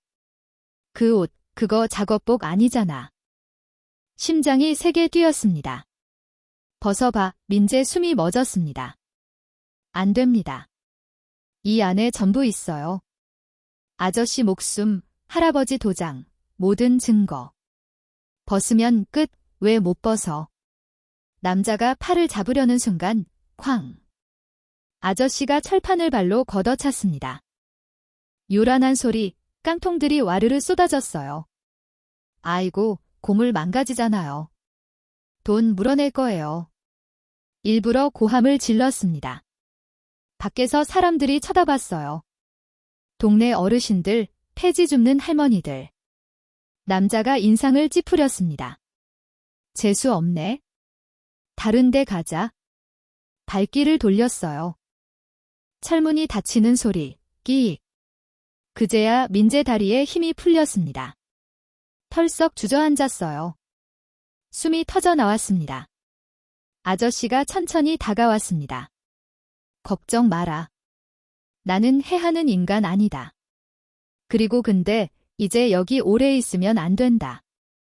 바깥에서 낯선 승합차 한 대가 다시 천천히 고물상 앞을 지나가고 있었습니다. 엔진 소리, 천천히, 느리게. 계속 맴돌았어요. 민재는 깨달았습니다. 놈들, 아직 포기 안 했어요. 그리고 이번엔 진짜로 점퍼 안에 있는 걸 노리고 있다는 걸? 민재는 점퍼 안쪽을 계속 만지고 있었어요. 주머니 속 단단한 감촉, USB, 도장, 쪽지. 아저씨가 목숨 걸고 숨긴 것들. 할머니한테 돌아가고 싶었지만 갈 수 없었어요. 그 사람까지 위험해지니까. 이거 확인해야 하는데? 혼잣말이 새어나왔습니다. 하지만 어떻게 하는지 몰랐어요. 컴퓨터, 포트, 파일, 이런 건 한 번도 해본 적 없었습니다. 저택에서는 항상 비서가 대신해 줬거든요.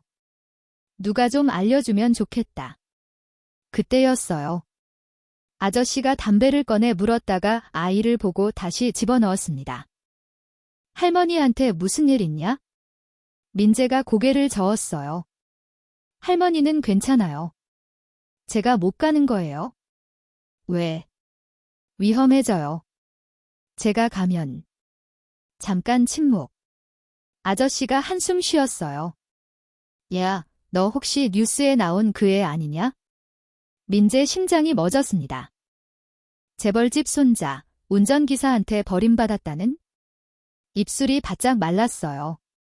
도망쳐야 하나? 들켰으면 신고하나? 그때 아저씨가 말했습니다. 나도 버림받아 봤다. 민재가 고개를 들었어요. 어렸을 때 아버지한테. 쓰레기통에서 잤어. 나도. 아저씨 눈이 잠깐 흐려졌습니다. 근데 말이야, 진짜 버린 놈은 따로 있더라. 겉으로 버린 척한 놈이 진짜였어. 민재 가슴이 쿵 내려앉았어요. 내가 갖고 있는 거, 그게 뭔지 모르겠지만 중요한 것 같으니까 물어보는 거다. 민재는 주머니를 꽉 잡았습니다. 아저씨, 목이 막혔어요. 이거 좀 봐줄 수 있어요? USB를 내밀었습니다. 작은 손이 덜덜 떨렸어요. 아저씨가 눈을 가늘게 떴어요. 이게 뭐냐? 몰라요. 근데 중요한 것 같아요. 아저씨, 나 컴퓨터 못해요. 잠깐. 아저씨는 말없이 USB를 받았어요. 와라. 저기 앉아. 낡은 컴퓨터, 모니터 테이프 붙은 것, 키보드 글자 반쯤 지워진 것, 딸깍, USB 꽂는 소리. 폴더 하나 떴습니다. 영상 파일 여러 개. 아저씨가 더블 클릭했어요. 흑백 화면, 병실, 침대, 산소 흡입기. 할아버지였습니다. 민재 숨이 멎었어요. 할아버지. 화면 속 할아버지는 눈을 감고 누워 있었습니다. 기계 소리만 규칙적으로 울렸어요. 삐, 삐, 삐. 그리고 문이 열렸습니다. 작은 아빠가 들어왔어요. 주변을 살폈습니다. 문을 닫았어요. 그리고 할아버지 침대로 다가갔습니다. 민재 심장이 미친 듯이 뛰었어요. 안 돼. 작은 아빠 손이 산소 흡입기 선에 닿았습니다. 안 돼. 민재가 소리쳤어요. 하지만 화면은 멈추지 않았습니다. 툭 선이 빠졌습니다. 기계음이 길게 울렸어요. 삐. 민재 눈앞이 하얘졌습니다. 저 사람이. 입술이 하얗게 질렸어요. 우리 할아버지를. 토할 것 같았습니다. 위장이 뒤집히는 느낌. 고물상 아저씨가 민재 등을 토닥였어요. 괜찮아, 괜찮아. 숨 쉬어. 천천히. 민재는 한참을 헐떡였습니다. 눈물이 멈추지 않았어요. 이거 살인이네. 아저씨가 낮게 중얼거렸어요. 이걸 내가 갖고 있었어. 민재가 고개를 끄덕였습니다. 김기사 아저씨가 숨겨줬어요. 날 살리려고. 그 아저씨, 뉴스에 나온 그 기사. 네, 지금 감옥에 있는? 네, 잠깐 침묵. 아저씨가 담배를 꺼냈다가 또 다시 넣었습니다. 꼬마, 목소리가 낮아졌어요. 이거 지금 경찰 가면 다 되겠다. 당장 뒤집힌다. 민재 손이 꽉 쥐어졌습니다. 안 돼요. 왜? 지금 올리면 아저씨가 죽어요. 아저씨가 멈췄어요. 민재가 울먹이며 말했습니다. 저 사람들 무서워요. 증거 있는 거 알면 아저씨부터 없앨 거예요. 입술이 떨렸어요. 아저씨 나 때문에 감옥 갔어요. 나 때문에 맞았어요. 근데 또 나 때문에 죽으면 안 돼요? 고물상의 형광등 소리만 지지직 울렸습니다. 아저씨가 한숨 쉬었어요. 그래, 머리 좋네. 꼬마가. 컴퓨터를 끄고 USB를 다시 건넸습니다. 그럼 타이밍을 잡아. 사람 제일 많을 때 한 번에 터뜨려. 민재 눈이 커졌어요. 언제요? 아저씨가 달력을 가리켰습니다. 저 기사 재판 3일 뒤더라. 뉴스에서 봤어. 3일, 그날 법원, 기자, 카메라. 그때 딱 터뜨리면 아무도 못 덮어. 심장이 쿵 처음으로 계획이 생겼습니다. 도망만 치던 아이가 이제 기다리는 아이가 됐어요. 민재는 USB를 가슴 안쪽 깊숙이 넣었습니다. 고마워요. 작게 말했어요. 아저씨가 툭 웃었습니다. 얘야, 살아남아라. 살아남는 놈이 이기는 거다. 그 말 이상하게 김 기사 말투랑 닮아 있었어요. 민재는 고개를 숙였습니다. 아저씨, 할머니한테 전해줄 수 있어요? 뭘? 나 괜찮다고, 꼭 다시 온다고? 아저씨가 끄덕였습니다. 알았다. 밖으로 나오자 새벽바람이 차게 불었습니다. 하지만 무섭지 않았어요. 이제 도망치는 애 아닙니다. 증거가 내게 있다. 그리고 복수할 준비가 되어 있다. 그 시각, 서울구치소. 차가운 철창 안 김 기사가 벽에 등을 기대고 앉아 있었습니다. 얼굴에는 멍이 들어 있었어요. 입술은 터져 있었습니다. 눈 밑에 시퍼렇게 멍든 자국. 며칠째 잠을 못 잤어요. 눈을 감으면 민재 얼굴이 떠올랐거든요. 쓰레기차에서 내리던 순간 겁에 질린 눈 아저씨, 나 무서워요. 살아 있을까? 밥은 먹었을까? 어디서 자고 있을까? 생각할수록 가슴이 찢어졌습니다. 그때 철컥 열리는 소리. 간수가 아니었어요. 양복 입은 남자, 번쩍이는 구두, 비싼 향수 냄새. 작은아버지의 비서, 박 실장. 김 기사 눈빛이 차갑게 변했습니다. 뭐 하러 왔습니까? 박 실장이 웃었어요. 입꼬리만 올라간 웃음. 면회 왔지? 오랜 동료잖아. 철창 앞에 의자를 끌어다 앉았습니다. 다리를 꼬았어요. 고생이 많네. 김 기사, 아니 피의자 김모 씨라고 해야 하나? 김 기사는 대답하지 않았습니다. 박 실장이 서류 봉투를 꺼냈어요. 철창 사이로 밀어 넣었습니다. 뭡니까? 이게. 간단해. 내가 혼자 한 짓이다. 아이는 이미 죽었다. 이렇게 진술하면 끝이야. 김 기사 입술이 실룩거렸습니다. 그럼 뭘 주는데요? 10억 출소하면 바로 입금해 줄게. 새 인생 시작해. 해외로 가든 뭐라든. 김 기사가 천천히 고개를 들었어요. 10억이요. 그래, 나쁘지 않지? 30년 월급보다 많네요. 박 실장이 웃었습니다. 그러니까 사인해. 김 기사도 웃었어요. 처음으로. 그리고 서류를 집어들었습니다. 박 실장 눈이 반짝였어요. 김 기사가 서류를 펼쳤습니다. 한 장, 두 장, 그리고 찢었습니다. 쓱, 쓱, 쓱, 박 실장 얼굴이 굳었어요. 뭐 하는 거야? 김 기사가 찢어진 종이를 철창 밖으로 던졌습니다. 10억으로 제 목숨 사시게요. 전 30년 동안 그 집에서 일했습니다. 회장님 신발 닦고, 도련님 기저귀 갈고, 새벽마다 차 빼고. 목소리가 낮아졌어요. 근데요, 단 한 번도 제 주인은 돈이 아니었습니다. 박 실장 얼굴이 붉어졌어요. 미쳤군. 미쳤죠.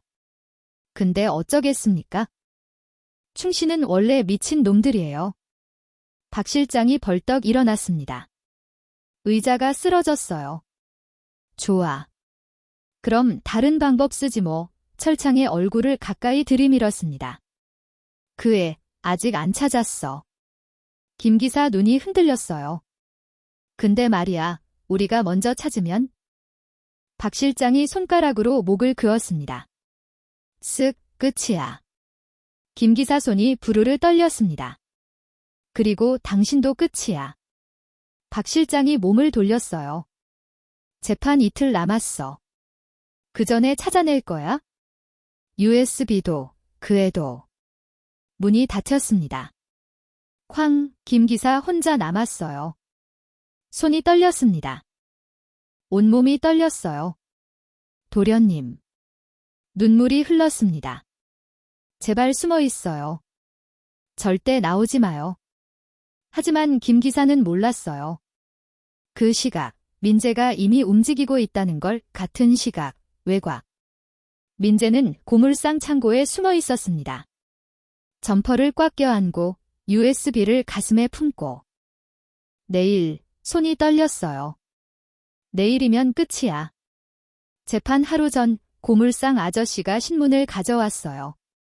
이거 봐라. 일면 기사. 재벌과 운전기사, 내일 첫 재판. 아이는 이미 죽었다 진술 유지. 유족 측 엄벌 촉구. 민재 손이 떨렸습니다. 아저씨가 아직도 그러고 있어요. 눈물이 났어요. 나 살았는데. 나 여기 있는데. 고물상 아저씨가 민재 어깨를 잡았습니다. 얘야, 울지 마. 내일이면 끝이야. 내가 가서 보여주면 돼. 민재가 고개를 들었어요. 무서워요. 뭐가? 저 사람들, 작은아빠 사람들, 나 찾고 있잖아요. 고물상 아저씨가 한숨 쉬었어요. 그래, 위험하지. 근데 말이야? 아저씨가 민재 눈을 똑바로 봤습니다. 그 아저씨, 지금 감옥에서 뭐 하고 있겠냐? 민재가 입술을 깨물었어요. 나 기다리고 있겠죠? 그래, 기다리고 있어? 내가 올 거라고 믿으면서. 눈물이 뚝 떨어졌습니다. 갈게요. 뭐? 내일 법원 갈게요. 민재가 USB를 꺼냈어요. 이거 들고 아저씨 앞에 설 거예요. 고물상 아저씨가 끄덕였습니다. 잘 생각했다. 근데요. 민재가 고개를 숙였어요. 만약에 내가 못 가면, 이거 아저씨가 대신 전해줄 수 있어요? USB를 내밀었습니다. 고물상 아저씨가 한참 봤어요. 그리고 USB를 밀어냈습니다. 안 받아. 왜요?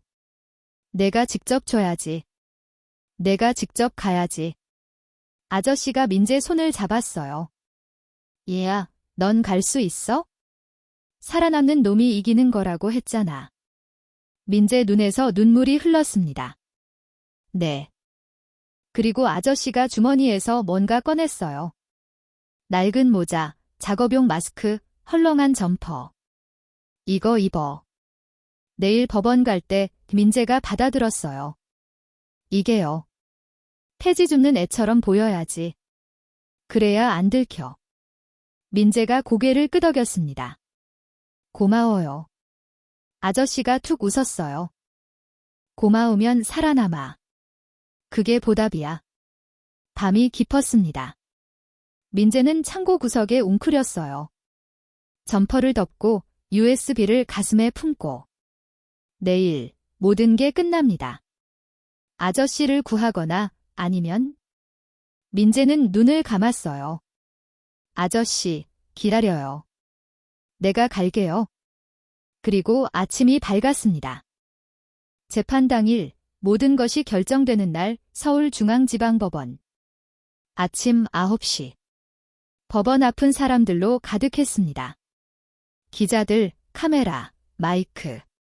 피고인 김상철, 오늘 첫 재판입니다. 재벌가 후계자 유기 사건, 전국민 관심 집중.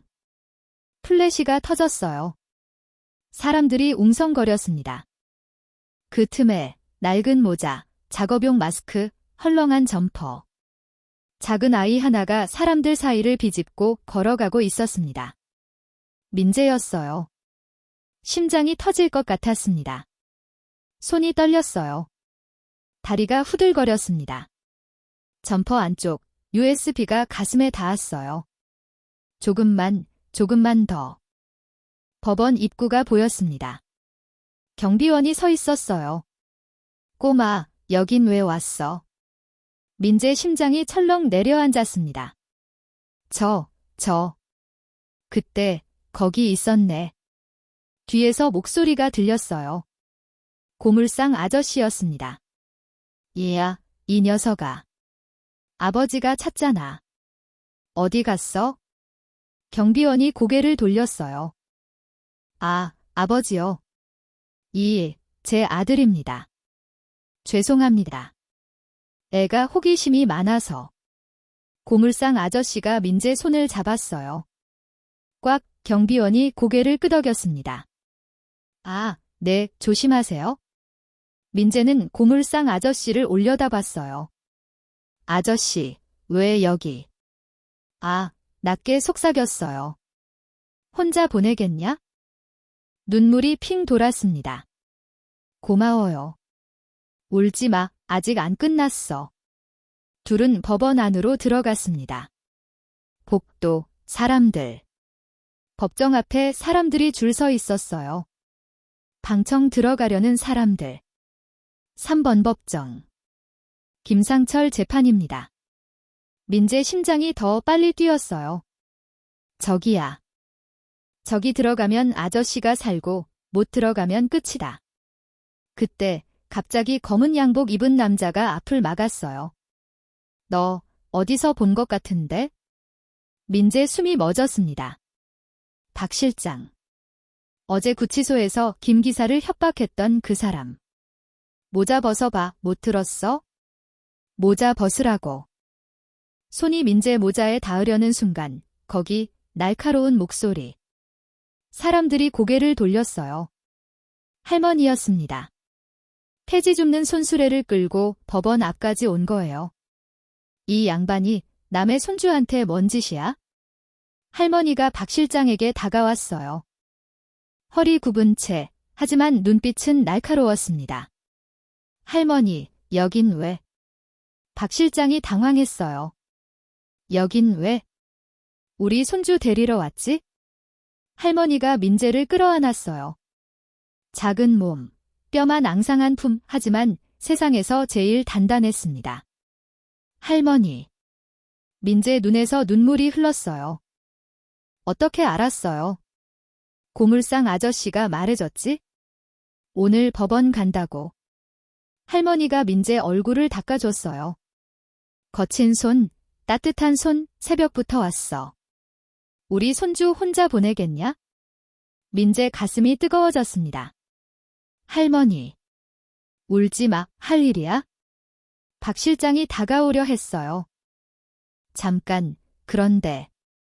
고물상 아저씨가 앞을 막았습니다. 왜요? 문제 있습니까? 팔짱을 끼고 버텼어요. 박 실장이 이를 갈았습니다. 이 새끼들이. 하지만 주변에 사람이 너무 많았어요.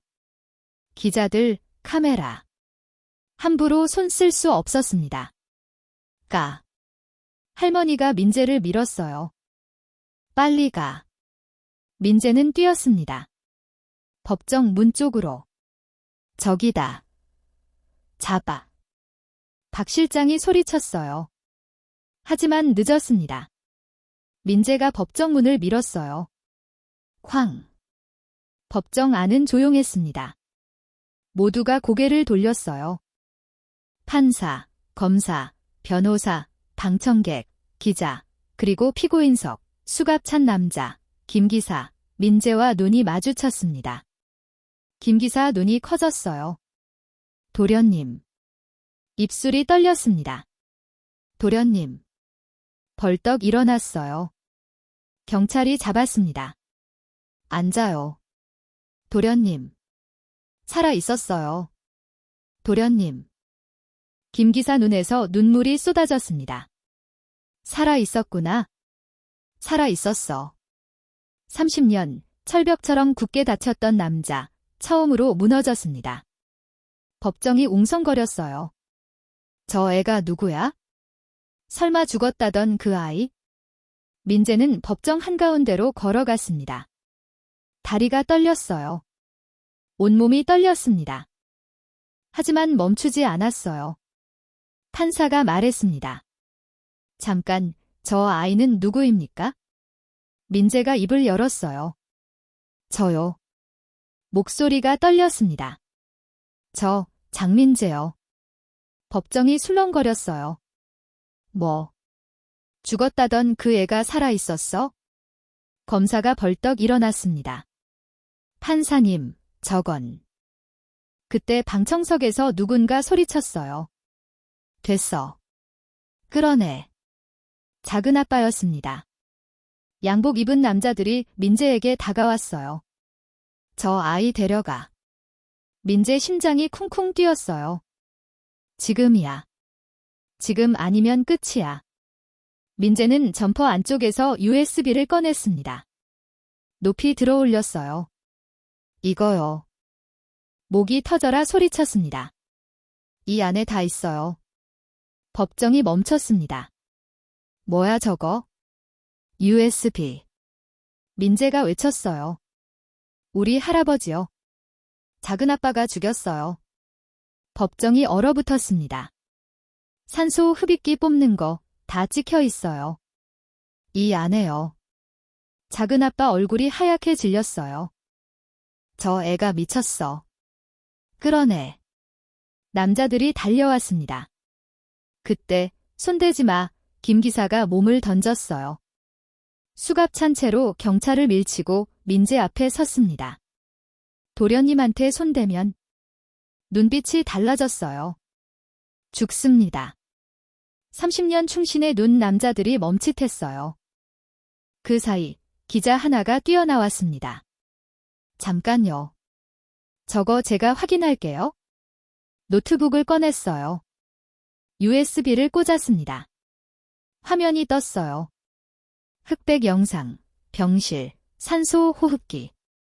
작은아빠가 들어왔습니다. 선을 뽑았어요. 삐. 그 소리는 30년 충신의 누명을 끊는 소리 같았습니다. 법정이 얼어붙었습니다. 세상에, 진짜였어. 기자들이 카메라를 들었어요. 플래시가 터졌습니다. 특종이다. 찍어. 다 찍어. 작은아빠가 벌떡 일어났습니다. 저건 조작이야. 조작. 판사가 말했어요. 조용히 하세요. 판사님, 저건. 경찰, 저 사람 체포하세요. 뭐? 경찰들이 다가왔습니다. 장민수 씨, 살인 혐의로 긴급 체포합니다. 이게 무슨 소리야? 수갑이 채워졌습니다. 찰칵. 작은아빠가 끌려가면서 소리쳤어요. 이 새끼들 다 죽여버릴 거야. 문이 닫혔습니다. 조용해졌어요. 민재 다리에 힘이 풀렸습니다. 주저앉으려는 순간 누군가 안아줬어요. 김 기사였습니다. 수갑 찬 채로 민재를 꽉 안았어요. 도련님. 목소리가 떨렸습니다. 살아 있었구나. 아저씨. 미안해, 미안해. 김 기사가 울었어요. 30년 만에 처음으로 소리 내서. 그렇게 보내놓고 얼마나 무서웠어. 혼자 어떻게 살았어. 민재도 울었습니다. 아저씨, 응, 아저씨가 나버린 거 아니었죠? 나 살리려고 그런 거였죠. 김 기사가 고개를 끄덕였어요. 말이 안 나왔습니다. 알아요. 민재가 말했어요. 다 알아요. 점퍼에 다 있었어요. 돈이랑 초코바랑 쪽지도. 김 기사가 더 세게 안았어요. 읽었어. 네, 민재라고 썼죠. 김 기사 어깨가 들썩였습니다. 그래. 아저씨한텐 늘 민재였어. 도련님이 아니라 그냥 민재야. 법정 안이 조용했어요. 모두가 지켜보고 있었습니다. 눈물 흘리는 사람도 있었어요. 그때 법정 문이 열렸습니다. 할머니와 고물상 아저씨가 들어왔어요. 경찰이 막으려 했지만 판사가 손을 저었습니다. 들여보내세요. 할머니가 다가왔어요. 허리 굽은 채 천천히 민재 앞에 섰습니다. 잘했다. 그 한마디. 민재가 할머니를 안았어요. 할머니, 울지 마. 다 끝났어. 고마워요. 뭘? 밥 줘서, 이불 줘서, 손주라고 해줘서. 할머니 눈에도 물기가 맺혔어요. 바보 같은 소리 마라. 당연한 건데 뭘. 고물상 아저씨가 뒤에 서 있었습니다. 팔짱 끼고.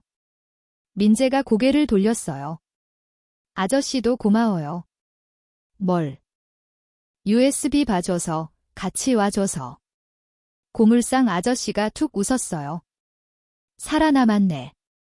네, 그럼 된 거지? 김 기사가 고물상 아저씨를 봤습니다. 감사합니다. 고물상 아저씨가 고개를 끄덕였어요. 애가 대단하더라고요.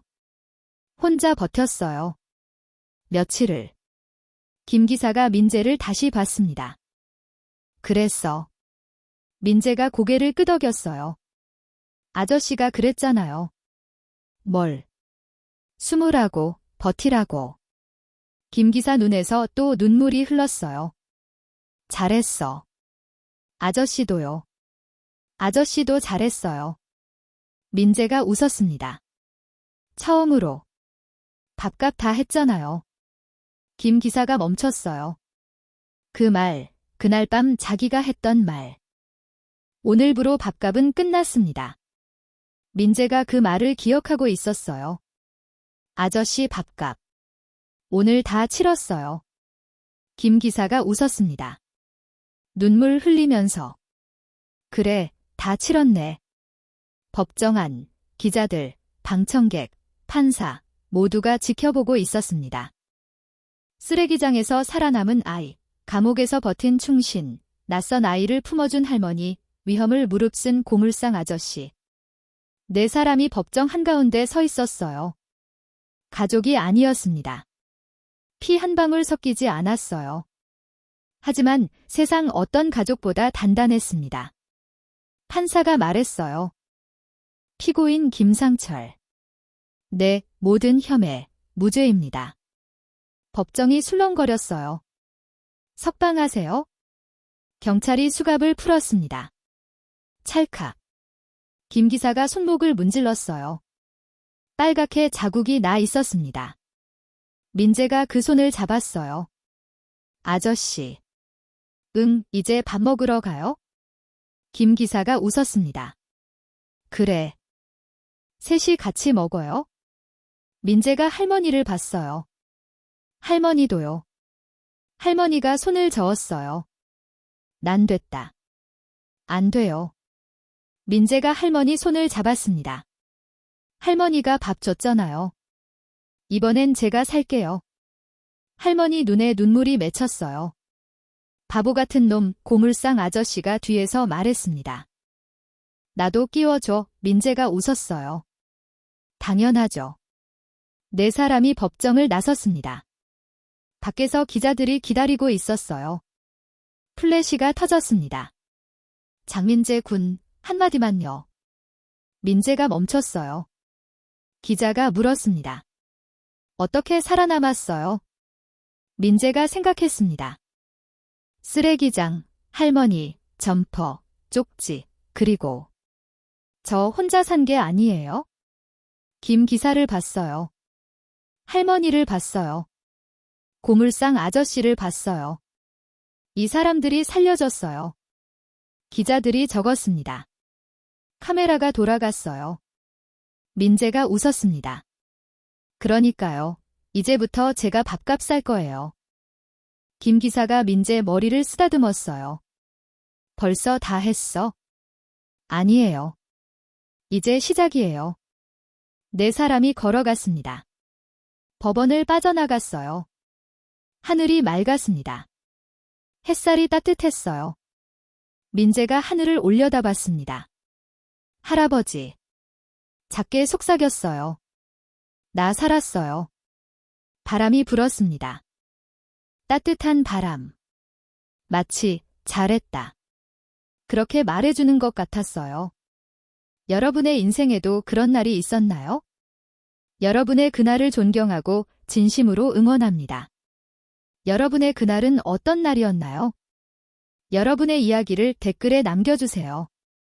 오늘의 이야기가 마음에 남았다면 구독과 좋아요 그리고 댓글로 함께 해주세요. 따뜻한 하루 보내세요. 여기는 인생 그날이었습니다.